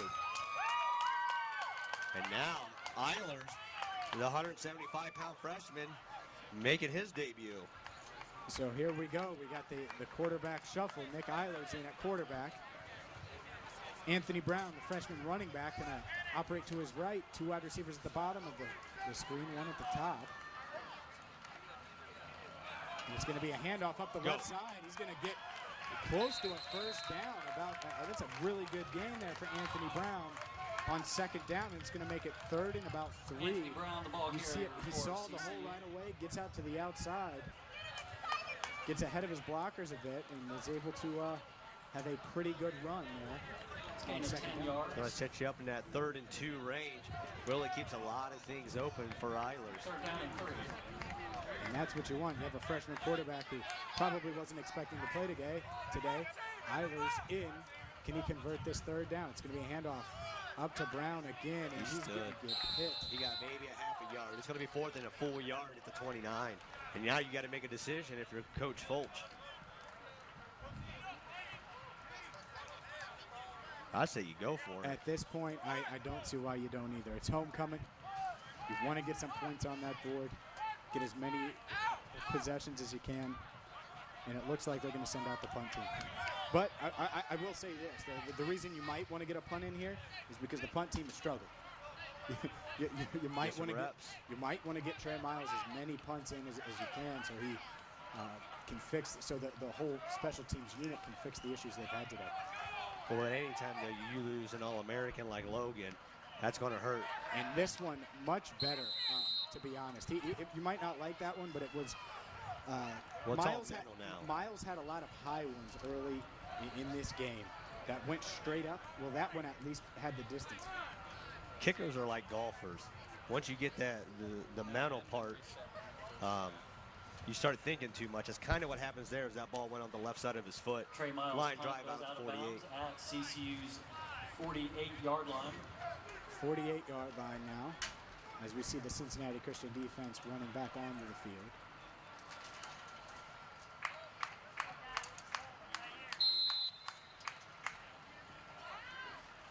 All right, and this is going to be a handoff to Goodman, who doesn't find much running room at all. And you see that you'll watch this Cincinnati Christian defense step up and get a big play there.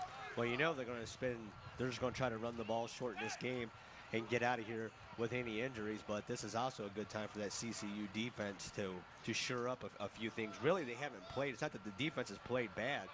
They've just been put in bad situations, especially the first 3 drives of that second quarter. 2nd and 8. Going to look to pass it. That pass off target and intercepted. And that's McNeil. McNeil's going to take it down to the 20 as he gets tackled. And McNeil has been around the ball all day. And you have Jeremy Hines. He throws it. It was off target. And McNeil with a huge play. Biggest play of the day. McNeil on the interception. Sets up the offense with great field position. I know it sounds like a broken record, but why do you even throw to that side of the field anymore? You know McNeil Jr. has got that covered. McNeil with a huge play And we mentioned him multiple times in the first half, mentioned him at halftime. First down, He almost CCU had at an the interception 19-yard line. a couple drives ago, but it was negated by a penalty. Gets the interception there. Cincinnati Christian going to take over at the 19-yard line. And Darian Pryor jogging out on the field. He will be quarterback now for the Eagles. In at running back Anthony Brown, as the Eagles are the closest they've been all game to the end zone, 19 yards away as they start this drive. First down, shotgun. Pryor's going to look to throw. Throws it to Jackson, and Brown gets tackled at the 26-yard line. So right there, you see the freshman who was quick to dump the ball off. Really didn't give his receivers a chance to run the routes, and instead you lose 7 yards back out to the 26. But that's where reps come into play as well.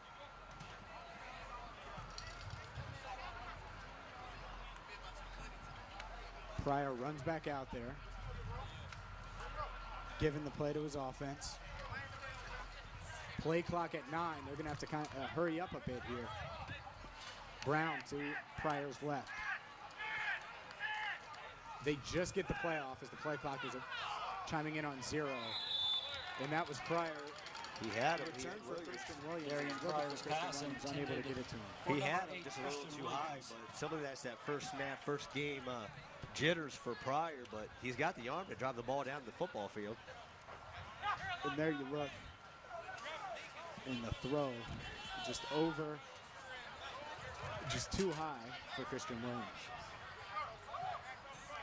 So here we go. After the big turnover, McNeil with the big interception, 3rd and 17 for this Eagles offense, and you'd have to think they won at least half of this. And it's going to be a quick swing pass over to number 19 there, and that's Zach Pickett. Not much of a gain, if any. But that was one that when he hit Pickett was still running back toward the quarterback, so he really didn't have any momentum on that quick bubble screen.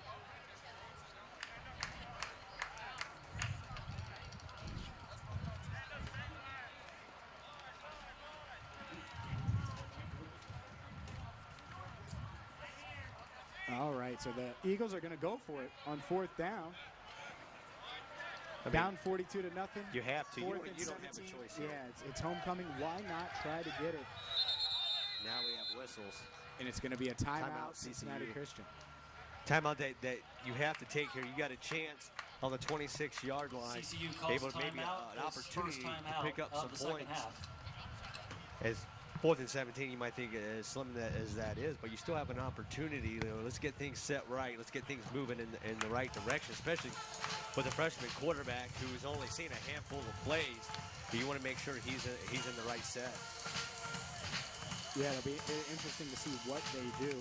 If they try to go over the middle with a catch and run, if they try to go up top, maybe they take a shot at the end zone. Plenty of options here if you're Cincinnati Christian. But certainly, after McNeil's interception, Rob, they wanted to cash in, get a touchdown. They started this drive on the 19-yard line. But we've seen it after the first quarter. A lot of the first down plays have gone for losses or no gains. Well, you're playing behind the sticks now. Exactly. And in the first quarter, when they moved the ball the most, they were getting 3, 4, 5 yards on first down, and it just made the offense a lot easier to run. But now you're also playing without Chris Young as well, and Young was that difference maker in that opening quarter. So here we go. 4th down on the 26-yard line. Pryor going to take the shotgun snap. He's looking downfield. Going to go for the end zone. 2 men there, and that was for Jaden Killings. Wanted to give him a shot. He's grabbing that left leg and like locked up. He's getting up now. He's limping, but he grabbed that left leg. There you go. They took a shot at the end zone, and it's just out of bounds, not catchable. Well, that's just a hard throw. You got a 4th down, Absolutely. 17. You know they're going to run 2 deep safety. They ran cover 2. The safety came over the top. It wasn't a bad throw. He put it where either his guy's going to catch or nobody catches it. It's just hard to surprise the defense on a 4th and 17 on the 26 when the safeties are able to stay on the goal line. So the defense back on the field. And on this first down play, it's going to be a handoff up the right side. And it's going to go for a big gain. That's number 23, Jordan Duff, who we've called his name a couple times in the first half, getting in on the action in this third quarter. Coming in this game with just 3 carries for 56 yards. More known for his receiving, 13 grabs, 179 on the season. Kind of surprised he still got some starters in as they go to the third-string quarterback. Austin Jenkins in now at quarterback as he sends a man in motion. But you also got Young still in at number 3. You can't afford to lose that guy. And it's a handoff up the right side, going to give about a gain of 3 or 4. And that's number 31, who we've seen all day. He started, Chance Goodman. But you've seen what Young means to this offense. Kind of surprised that he is still out there. If they were to lose a weapon like that in a game that's 42-0 in the third quarter, just think about the ramifications that would have for this team in their final 5 games. There's no doubt about it. He's a big part Ball's of the out. offense. They got it. Today. And their fumbled exchange. And who recovered it? It's CCU, but let's get the number here. 16. That's number 16. And Michael Marvel with a huge recovery. So now back-to-back forced turnovers. It was just a fumble on the exchange there. And that was, speaking of that, look, that's number 3. Michael Marvel on the fumble recovery. Who fumbles the exchange and fumbles over. So we'll see him the rest of the game. Here's what I do know about this CCU defense forcing 2 turnovers, giving the offense a chance, as now the shuffle at quarterback again. Nick Eilers back out there. So the past 4 drives, it's been alternating drives. Darian Pryor, then Nick Eilers, and Darian Pryor, and again, Nick Eilers out there. I know you're looking for a spark, but it's hard to get in a rhythm when you're playing every other series as well. Eilers, quick throw, and it was just off target. Pass intended for number 17, Tion Walker on the wide receiver screen. Because especially your passing game, it's all about rhythm and getting it in sync, and it's kind of hard when you'll play 3-4 snaps, you sit out 3-4 snaps, you come back in 3-4 snaps as well. But that's something that Pryor and Eilers are going to have to work through here the next quarter and a half. Eilers going to operate out of the shotgun. Anthony Brown to his left. It's going to be a handoff. No, he's going to keep it on the play action. Eilers makes a couple tacklers miss. Gets out at the 30-yard line. And that'll be a pickup of 5 and make it third and manageable. For a gain of 5. Eilers, not big, 175 pounds, but making a couple guys miss there as he jogs over to get the call for third down. That's a very generous 6 foot 175. But you see Davis here at the end. Look, he's already out of bounds, and that kind of little extra push right there. And a game that's already been chipping, you've already seen the officials throw some flags. Little risky. Got to be careful. Eilers operating out of the shotgun on 3rd and 5. Takes the shotgun snap. It's going to be a handoff up the middle, and it's going to be a first down and more.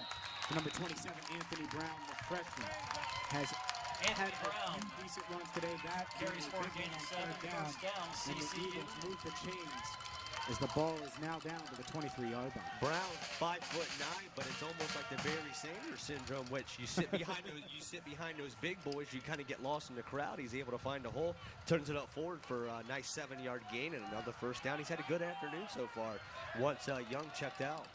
Nick Eilers in at quarterback this drive. 1 first down. Can he get another one? Handoff. And maybe a gain of 1, maybe 2 there for Anthony Brown. Anthony Brown, a gain of 1. But it's good. They're still working the game plan. I mean, they understand what the score and the distance is, but you just don't want to totally give up on your run game. Not only are you working to finish this game, but you have a game next week against Bethel here at Willow Stargell Stadium that CCU matches up very well against. You want to get those kinks out now, especially if you're going to have to go with Eilers for that game. Nick Eilers is going to take the shotgun snap here. 2nd down, looking to pass, looks downfield for the end zone. Got him. Has a man, and it was really close. That was really good coverage. That's a lot of hand play, too. Pass intended. Looks like for number 88 there. I'd like to see that one queued up again. There was a lot of hand play by that DB, and they let it go. Hey, it's only a penalty if they call it, right? And there you go. You see Eilers giving his guy a shot. And just a little outside the hands, and that's actually a pass intended for number 18, Nate Szymanski. And Szymanski there, it's really close to putting up 6. That's going to bring up 3rd and 9. It's going to be a handoff up the left side.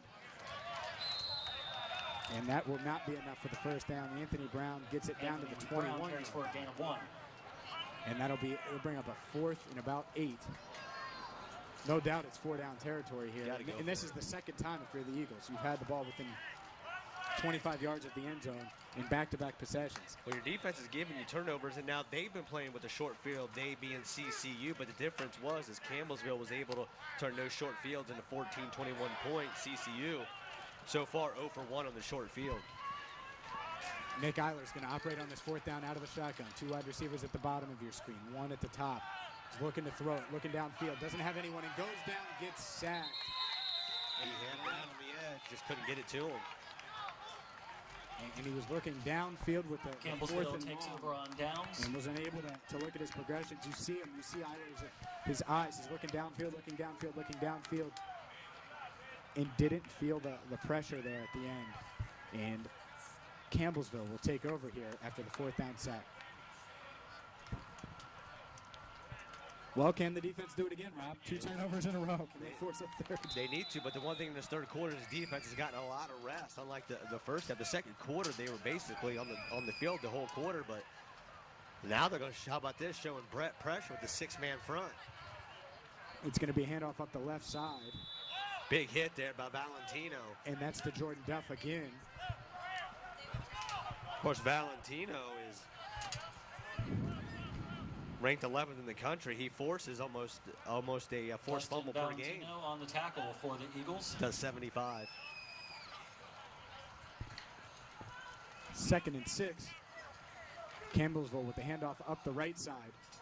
And it's going to be a mild gain for Wade Holtzclaw. But why is Holtzclaw naming in this game? You're looking at 2 backs that split it 50-50 with Goodman. You got 2 senior backs.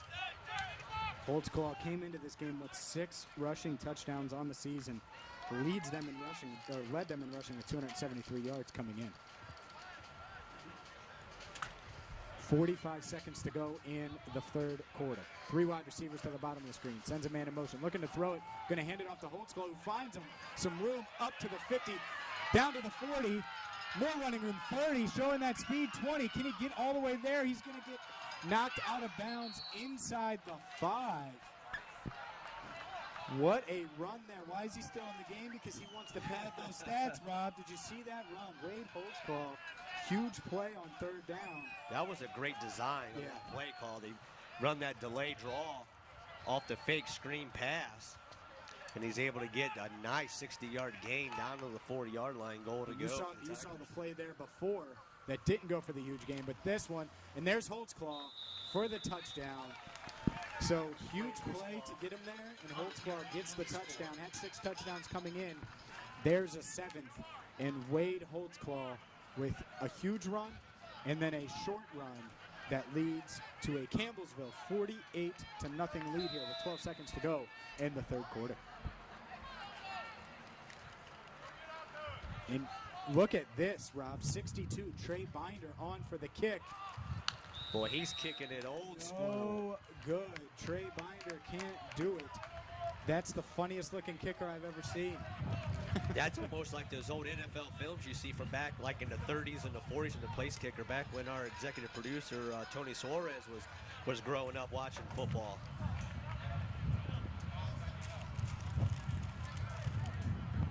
Here, let's take a look at this. That's just this giant run. And it's just, he's a big kid, Wade Holtzclaw is, and he's got that breakaway speed. You see it there, running around corners, getting all the way down inside the 5. Good hustle, good tackle by CCU, but Holtzclaw able to punch it in on the next play. But that's about 3 different plays we've seen the offensive coordinator for Campbellsville that he's drawn up. That's just a great play. You talk about the misdirection. You fake that bubble screen. You come back with the draw. You got your line blocking against the grain, and the seas just parted in the middle of the field.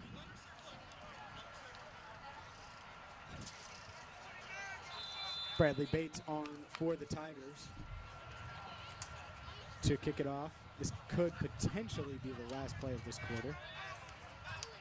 Odds are they'll probably get one more play in before the final horn of the third quarter sounds.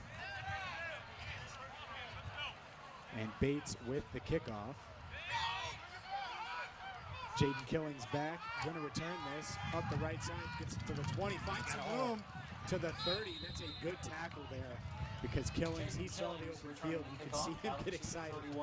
Gets it across the 30 to the 31-yard line with 6 seconds to go here in the third quarter. That's about the third or fourth time we've seen CCU basically a leg tackle away from taking one to the house. We saw Young with a couple earlier, and then there we saw it again with Killings. He's able to break that one tackle. You're going to see it right here. He's got a lot of green in front of him with no white jerseys. Darian Pryor back in at quarterback, so 5 drives, Rob. And the quarterbacks have shuffled between Pryor and Eilers as Braden Wammeldorf out with a neck injury. So now, Darian Pryor going to operate out of the shotgun. One running back to his right. He's going to hand it off left side. And that's number 36, Bryce Kelly.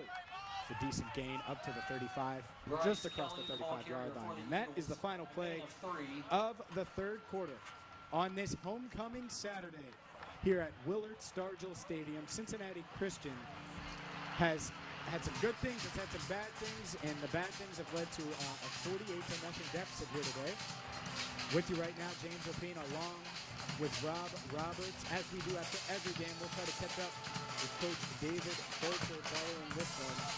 And it's certainly one when your starting quarterback goes down, when you battle injuries, and this Cincinnati Christian team has battled injuries all year round. When you're in the second year of your program, you're not going to have the depth that a lot of these other programs have, and injuries expose that.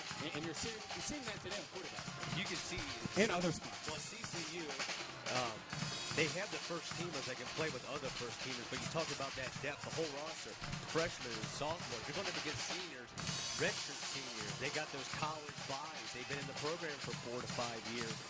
Another year or two, you're going to see all of a sudden you're going to see CCU after they get on the recruiting trail, able to get these guys that are freshmen and sophomores. Now they're going to be juniors and seniors, and they're going to have those bodies. You're going to have that program going. Sometimes it just takes some time. So 2nd and 7 as we start the fourth quarter. Pryor remains in at quarterback. Yep, sorry. Operating out of the shotgun, looking to throw. Has a man, hits his man. And that's going to be for a first down and more. Pryor with his first completed pass of his career, his college career. And that completed to Christian Williams, who, without looking, I believe he has at least 3 receptions today. He's been kind of the go-to guy on that slant. The best thing is about that was that Pryor looked off to the right, then came back over the middle, able to move that linebacker just enough. Nice play there by the freshman quarterback. Pryor operating out of the shotgun. 3 wide receivers at the top of the screen. This is an option. Pryor keeps it, gets it back to the original line of scrimmage. Darian Pryor keeps the ball, no gain. You got to think that pass completing that gives him a little bit of confidence. It's just about reps, being able to trust what you see. You come in as a freshman, you're halfway through the year before you're getting your first snaps. It's just about trusting what you see as a quarterback. Christian Williams at the bottom of the screen. A trio of wide receivers at the top. Pryor operating out of the shotgun. One running back to his left. Pryor going to hand it off. He never, ever had a chance.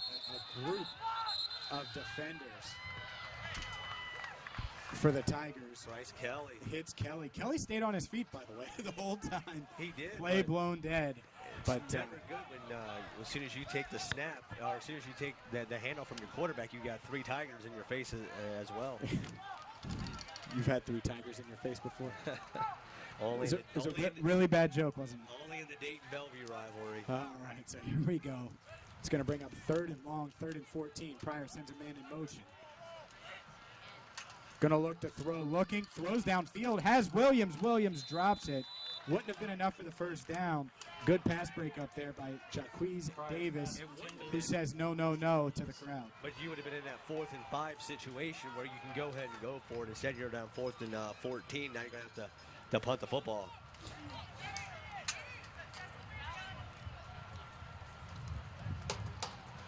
And back into punt. It's Trey Miles for Cincinnati Christian. And you just see how close. 30 yards from the line of scrimmage is where the returner is. See if maybe Miles can get a hold of this one. Bad snap, pretty low. There we go. Gets a hold of it. And that's the first time today he got a clean one. And that one, wow. Should have let that bounce maybe into the end zone. Instead, the returner gets it up to about the 17-yard line. That's number 23, Jordan Duff. But there's Trey Miles. We talked about maybe improving as the game goes on. Easily the best punt we've seen here today. Even off a bad snap, he didn't have time to think. He just had to react, able to get a good punt off. But that's one that when they go into film session at Duff, the coach is going to be like, why did you pick that ball up on the 1-yard line?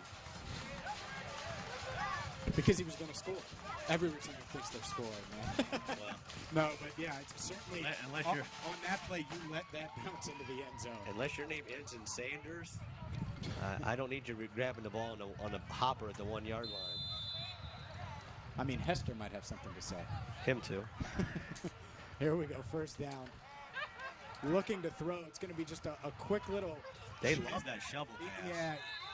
It's almost like a basketball chest pass, the way they run. It's a 2-arm shovel pass. And that's worked a lot today. It didn't work for much there, but a decent gain on first down. Definitely a part of their arsenal. We saw a lot with Brown. But it also helps keep your defensive line rush at bay as we see Meekins moving to the defensive tackle from the defensive end position. 2nd and 3 for Austin Jenkins as he looks to audible, change the play from the sideline. He's going to operate under center. CCU showing blitz, doesn't blitz. It's a handoff up the middle. Meeks got him. Of course, he's coming off concussion protocol here to get back into the game. And a little altercation after the play. Alvin Burke, no flags thrown. Alvin Burke's played well today. He's had a good game. He took, who was that? That was 64, Cameron Warfield. And he won that battle. He might not have been in on the play, but he won the battle against Warfield here. As it is 3rd and 1, big third down, going to be a quarterback sneak. Looks like it's going to be plenty as he gets it across the 30 to the 30.5-yard line.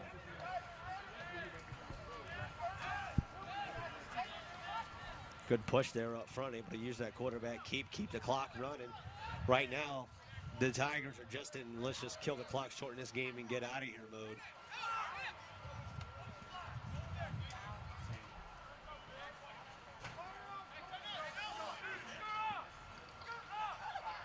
All right, so first down, shotgun snap. They're looking to throw, looking downfield, and he's going to go downfield. Has a man, but it was off target.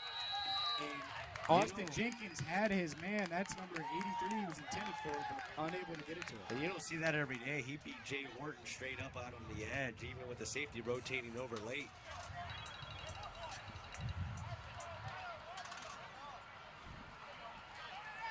He's open. He's open. He just threw it to the inside.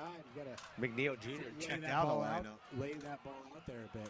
And maybe Jones getting some snaps. You mentioned injuries to Campbellsville and getting their best players out. Maybe you take McNeil out at this stage of the game.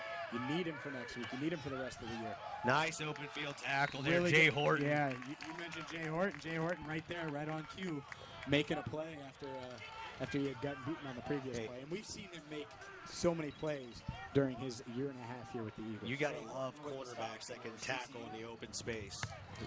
Just so instrumental to a good, solid defense. He made that look a lot easier than it is, put it that way. He misses that tackle. That goes a long way for the Tigers. Campbellsville now, 3rd and 10, looking to throw.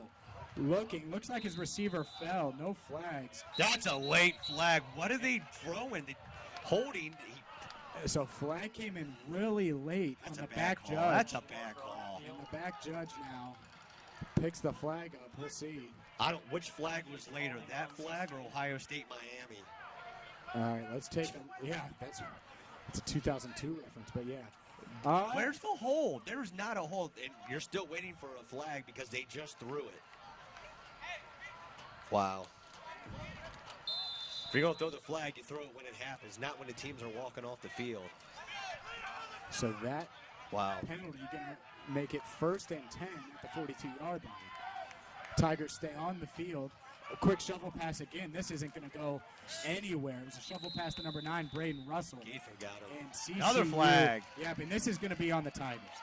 This one is going to be on the Tigers, as I saw, I believe it was number 38 get pushed there. Now you got to start worrying about, in regards to personal Alan fouls. O'Grady pushed. You get multiple personal fouls, you are suspended out of this game. Then you're going to be suspended for the first half of the next game as well. And there you go. And someone pushed Alan O'Grady. He's in at safety right now. We might be able to get a look at it. He's limping.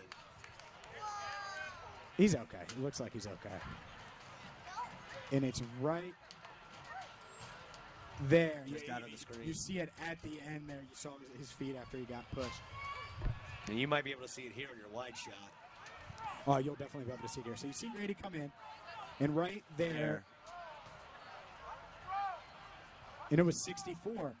64 is Cameron Warfield. That's the same player that Alvin Burke owned a couple plays ago.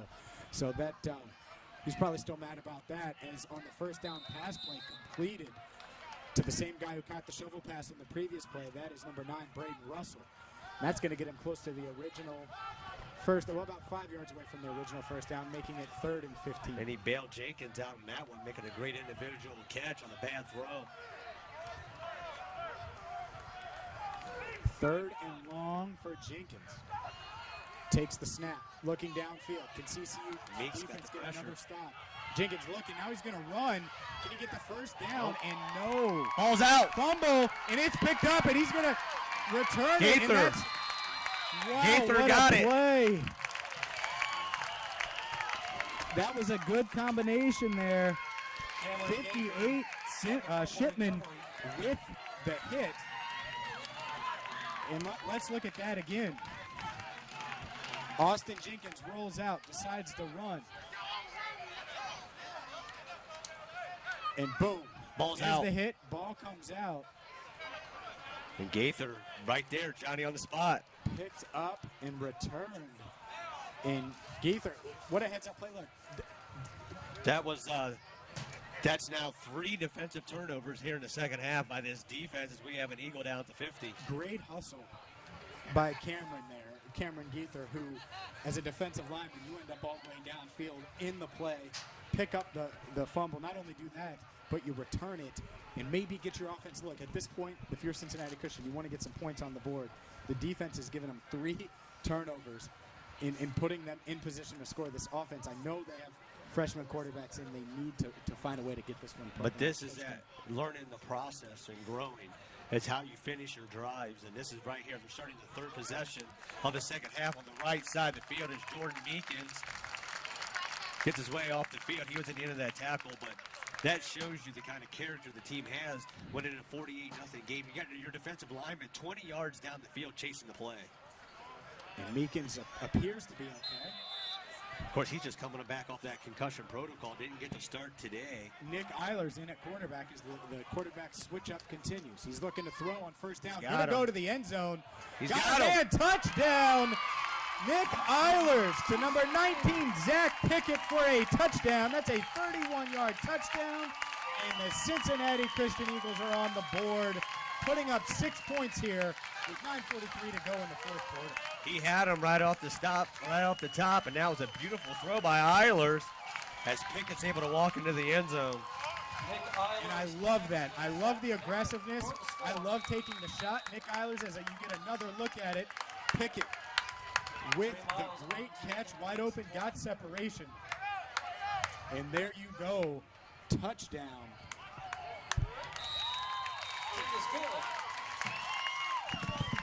Pickett with a nice catch there on the back corner. Great throw there by Eilers, the freshman, his first college touchdown pass.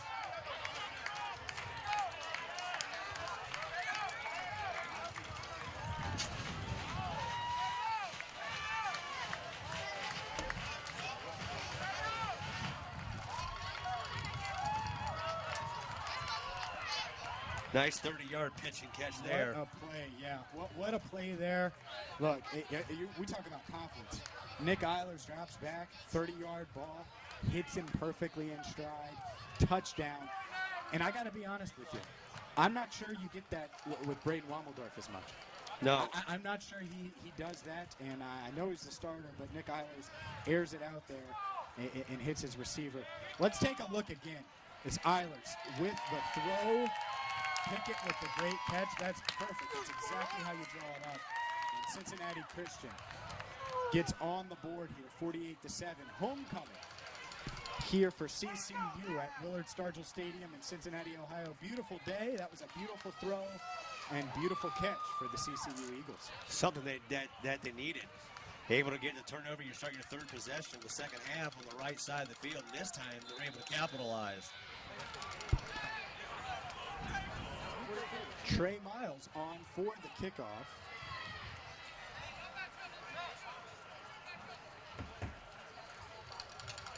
$9:43 to go in this one. Gave fans something to cheer about. Miles with the kickoff.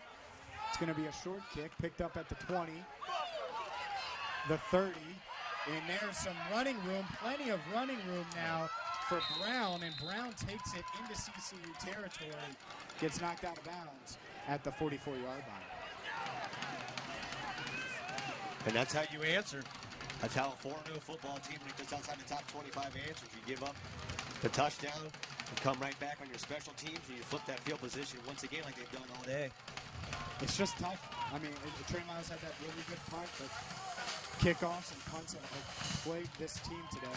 Special teams certainly hurting Cincinnati Christian, and when you're not getting a lot from your offense, then you're going to you need special teams to step up some, and it's just been a struggle at times.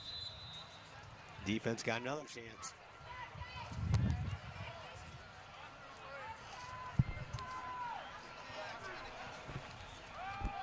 All right, so first down, it's going to be a handoff up the middle.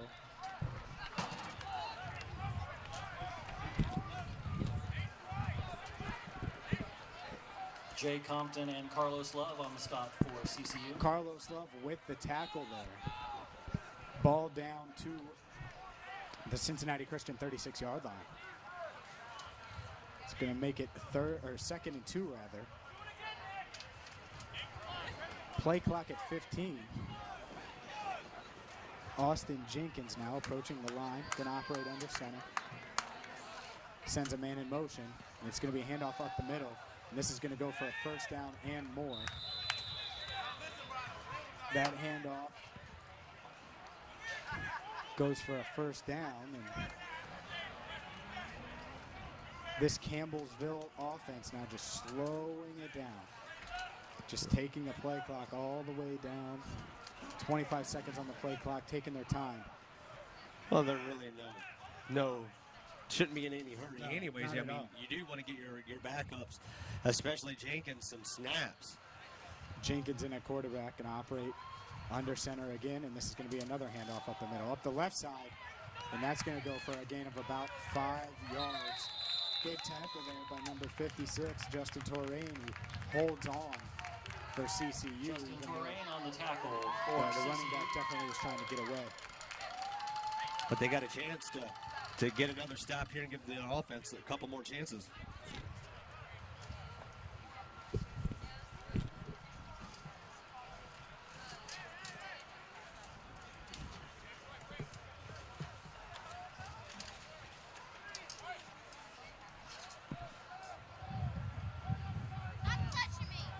All right, now, so 2nd and 5 will be another handoff, this time up the right side, and that's Demetrius Martin, who's gotten multiple carries on this drive down to the 20-yard line. The freshman checking in at 5'9", $180 out of Belglade, Florida, Glade Central High School. And Martin's got Jay multiple Compton carries the on tackle this for the drive. Eagles.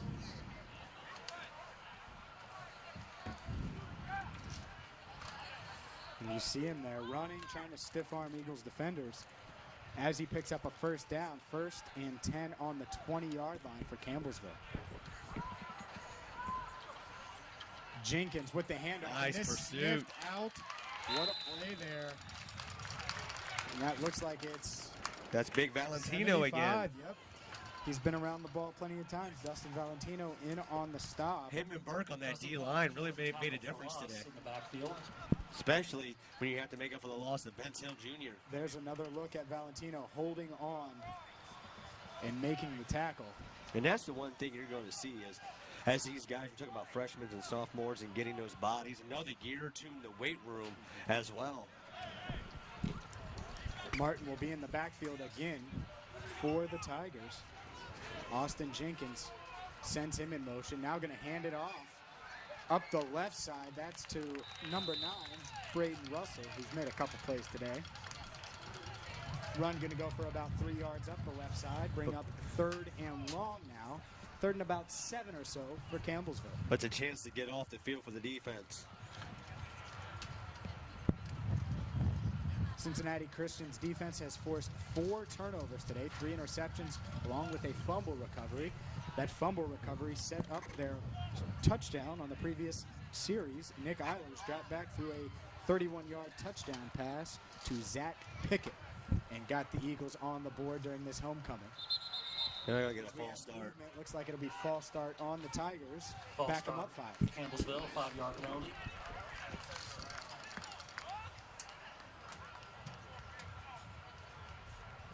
Third down, 12. You got to get off the field here if you're the CCU defense.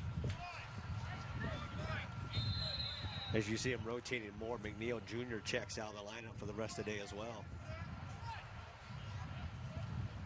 Might not be a bad thing.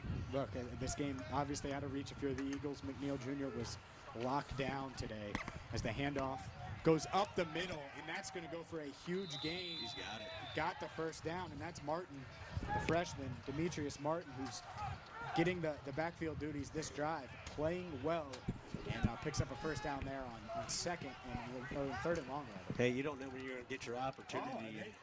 They say it's 4th down and short. They say he's a little short here. It's going to be a quarterback. And he didn't get it. He lost. There's no way they can give him a first down. He got no push. Jenkins on the keeper. He didn't get any push. Doesn't look like he got That should be a turnover on downs. It's interesting. I thought Martin picked it up on 3rd down. Doesn't look like he did, and he did not get it. They must have a better angle because, as you said, I thought he got it on the original 3rd down, but there's no way he got it on 4th down. They didn't get any push. Did the front 3. And another stop now for Cincinnati Christian's defense. You want something to build on. I know you're going up in this second half against, second stringers and not the starting quarterback for Campbellsville. But they left a lot of their other starters in. Defense has forced 3 turnovers in the second half, and that's a 4th turnover on downs. They're still the skill position players. Starters are still in there for the most part, along with the hog mollies up front. 5 minutes to go here. And no surprise, Nick Eilers back in a quarterback after the 31-yard touchdown pass. Want to take advantage of some confidence that he might have after that play. Looking to throw again. He Doesn't wanted see the up and anyone. go. Yeah. And now he's got a man, and it is complete. That to number 17, Tion Walker. And Eilers just really patient there as he rolled out. Right-handed, still rolling out to his left. That's a tough play. As you look, he's got a flag back at the 3. Got to get his body turned. It's a really good throw. Well, they started with that pump fake. They were trying to get the up and go, but a good job by the receiver. Once he realized he wasn't there, he came back to the ball to help his quarterback, and they're going to get a free 15 from roughing the passer. So Eilers makes a great throw, gets roughed up on the run, and just like that, the Cincinnati Christian offense is off and moving. Last drive, they scored their first points of the game on a 31-yard touchdown. Now they're trying to get 4 points on the board with about 5 minutes to go in this one. What a throw there. That was a great throw. I don't know, man. I look at this. We saw Wammeldorf roll out, do some of that stuff today, and it's off target. Eilers, the past 2 throws he's made have been really crisp. This time a handoff up the left side, and this is going to go for a solid gain. There's a flag down in the area of hold, and we'll see if that's it. Handoff to number 30. Brandon Haley. That's Brandon Haley with the game. gain. We'll see if it holds here, if it stands, depending on this, and it will be holding. Holding against the Eagles. So that's going to back them up 10 yards. So you get a roughing the passer penalty that pushes you up, and then a holding penalty that knocks you back. Ball will be placed at, I believe, the 31-yard line, it appears. Big penalty there for the CCU offense. It negates what would have been a 5-6 yard pickup on first down. We talk about playing behind the sticks, and all of a sudden you're in the 1st and 20. And you can see the hold right there. They got to get the ball to the 50-yard line for a first. And that's the one thing we've seen Eilers try to make those screen passes, and that's the second one he's tried to make, and it's just off target. And you know that's so deflating, just passes like that, because you see the arm talent.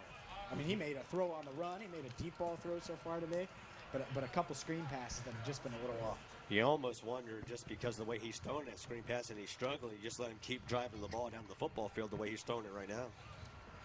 4:22 to go in this one. It's homecoming for Cincinnati Christian. They trail 48-7. Starting quarterback Braden Wammeldorf down. Nick Eilers in, and he's going to hand it off. And that's not going to go for much. Brandon Haley on the carry there as well.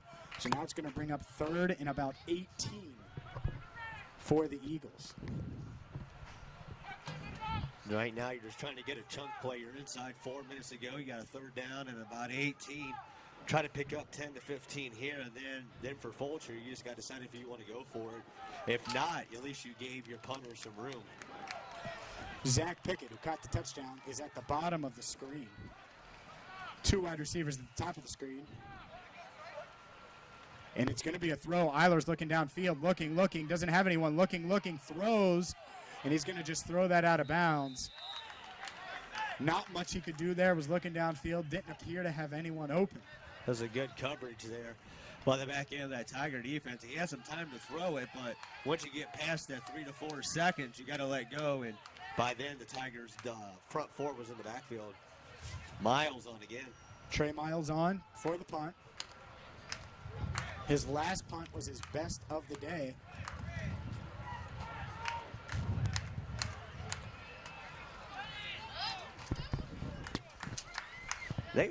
As you get a look at Miles here. And there we go, another good punt by Miles. And this is going to be returnable up the left side, and a good play there. That's a really good play by number 58, Terrence Shipman Jr., who was able to just get some hands on the returner, who was 83 for Campbellsville, just enough to slow him down, because it looked like that could go for longer than it did. Well, that was a good job there by the defenders along the far side, though, to use the sideline as an extra defender to keep him into the field of play so they could get support there as well. And I lied, that might have been 38, actually. That was 38 who got his hands on him. Alan O'Grady, who makes the play there. And just grabbing him, slows the returner down. That's how other people catch up. And they got O'Grady checked in a free safety now as well, as he's back there with Luckett, who checks in at strong safety. Austin Jenkins with the handoff up the middle for Campbellsville on first down. Speaking of the devil, there he is, 38, finishing off that hit.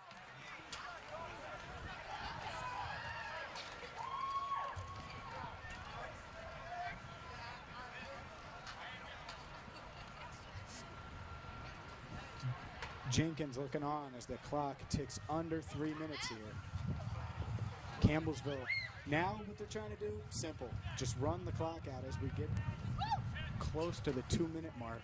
They just want to get it close enough to do victory formation. Jenkins going to hand it off up the middle again. And that's going to be close to a first down. A couple yards, about a yard short, actually.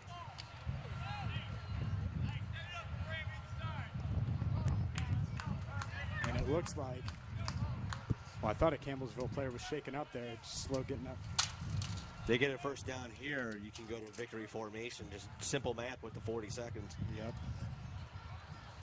As Jenkins looks on, still 17 seconds on this play clock. I'm sure they'll let it trickle down. 10 on the play clock. There's the snap handoff, and it's going to be a first down and more. And he's going to go 30, 20, taken out at the 20-yard line. Good hustle there for the Eagles. Number 42, Taylor Luckett, with the stop at the 20. And that's going to be a first down and 10, 1:58 to go. The one thing, though, you get knocked out of bounds.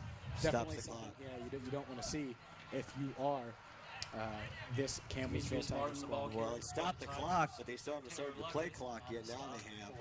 So it's going to be close. Clock running now after they move the chains, but we'll see here. Victory formation, and that is going to do it. Rob, there was plenty of positives in this one. Well, they started off well. Plenty of negatives, obviously, when Well, you look at that score. But Look at the first quarter.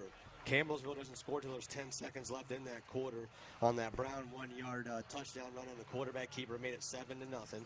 The offense was moving the ball, but once they hit the 30-yard line, you see the wall go up. They had the unfortunate interception by Wallendorf that was tipped. There's nothing he could have done about that. Second quarter, they go on that 21-point spree, and within 7 minutes from the 13-minute mark down to the 6-minute mark, and it's just bad field position, two bad punts, and a fumble at the 50-yard line, which then got an extra 15 for the unsportsmanlike. So it wasn't like they just got outplayed and everything the whole game. It was just a matter of field position and turnovers in that first half. Here's one thing I will say, though. Braden Wambledorf, we know what he does. He likes to run. He spreads the ball out. It's a lot of short passes. Nick Eilers, we saw his ability to stretch the field a bit. He had the 31-yard touchdown to Zach Pickett. He had a really good throw on the run. If you're David Fulcher, if you're this Eagles team, you have to maybe look at that this week, because I know he's a freshman, but it looks like he gives you something that Wambledorf might not. Well, I think nobody's position outside of Daryl McNeil Jr.'s job should be safe right now. Whoever's going to give you the best chance to win, that's who you go with. But if you go with Eilers, you got to stay with him the whole game. If he gives you the best chance to win, then that's who Coach Fulcher's going to go with. We already know next year when they come to the camp, this is going to go back to being T.J. Jameson's team. But until then, if Eilers gives you the best chance to win, and he gets you a couple of W's along the way, then you readdress that again in the offseason. That's going to do it here. The final score, 48-7. Cincinnati Christian's homecoming spoiled by Campbellsville, who moves to 5-0 on the year. Cincinnati Christian drops to 0-7. Up next, where the Eagles will play right here a week from today at 1:30 versus Bethel University. For Rob Roberts, for everybody, the production crew on Waycross Television, I'm James Rapine. We will talk to you next week when the Eagles look for the first win of the season against Bethel. Thank you for watching Waycross Television and CincinnatiChristianathletic.com.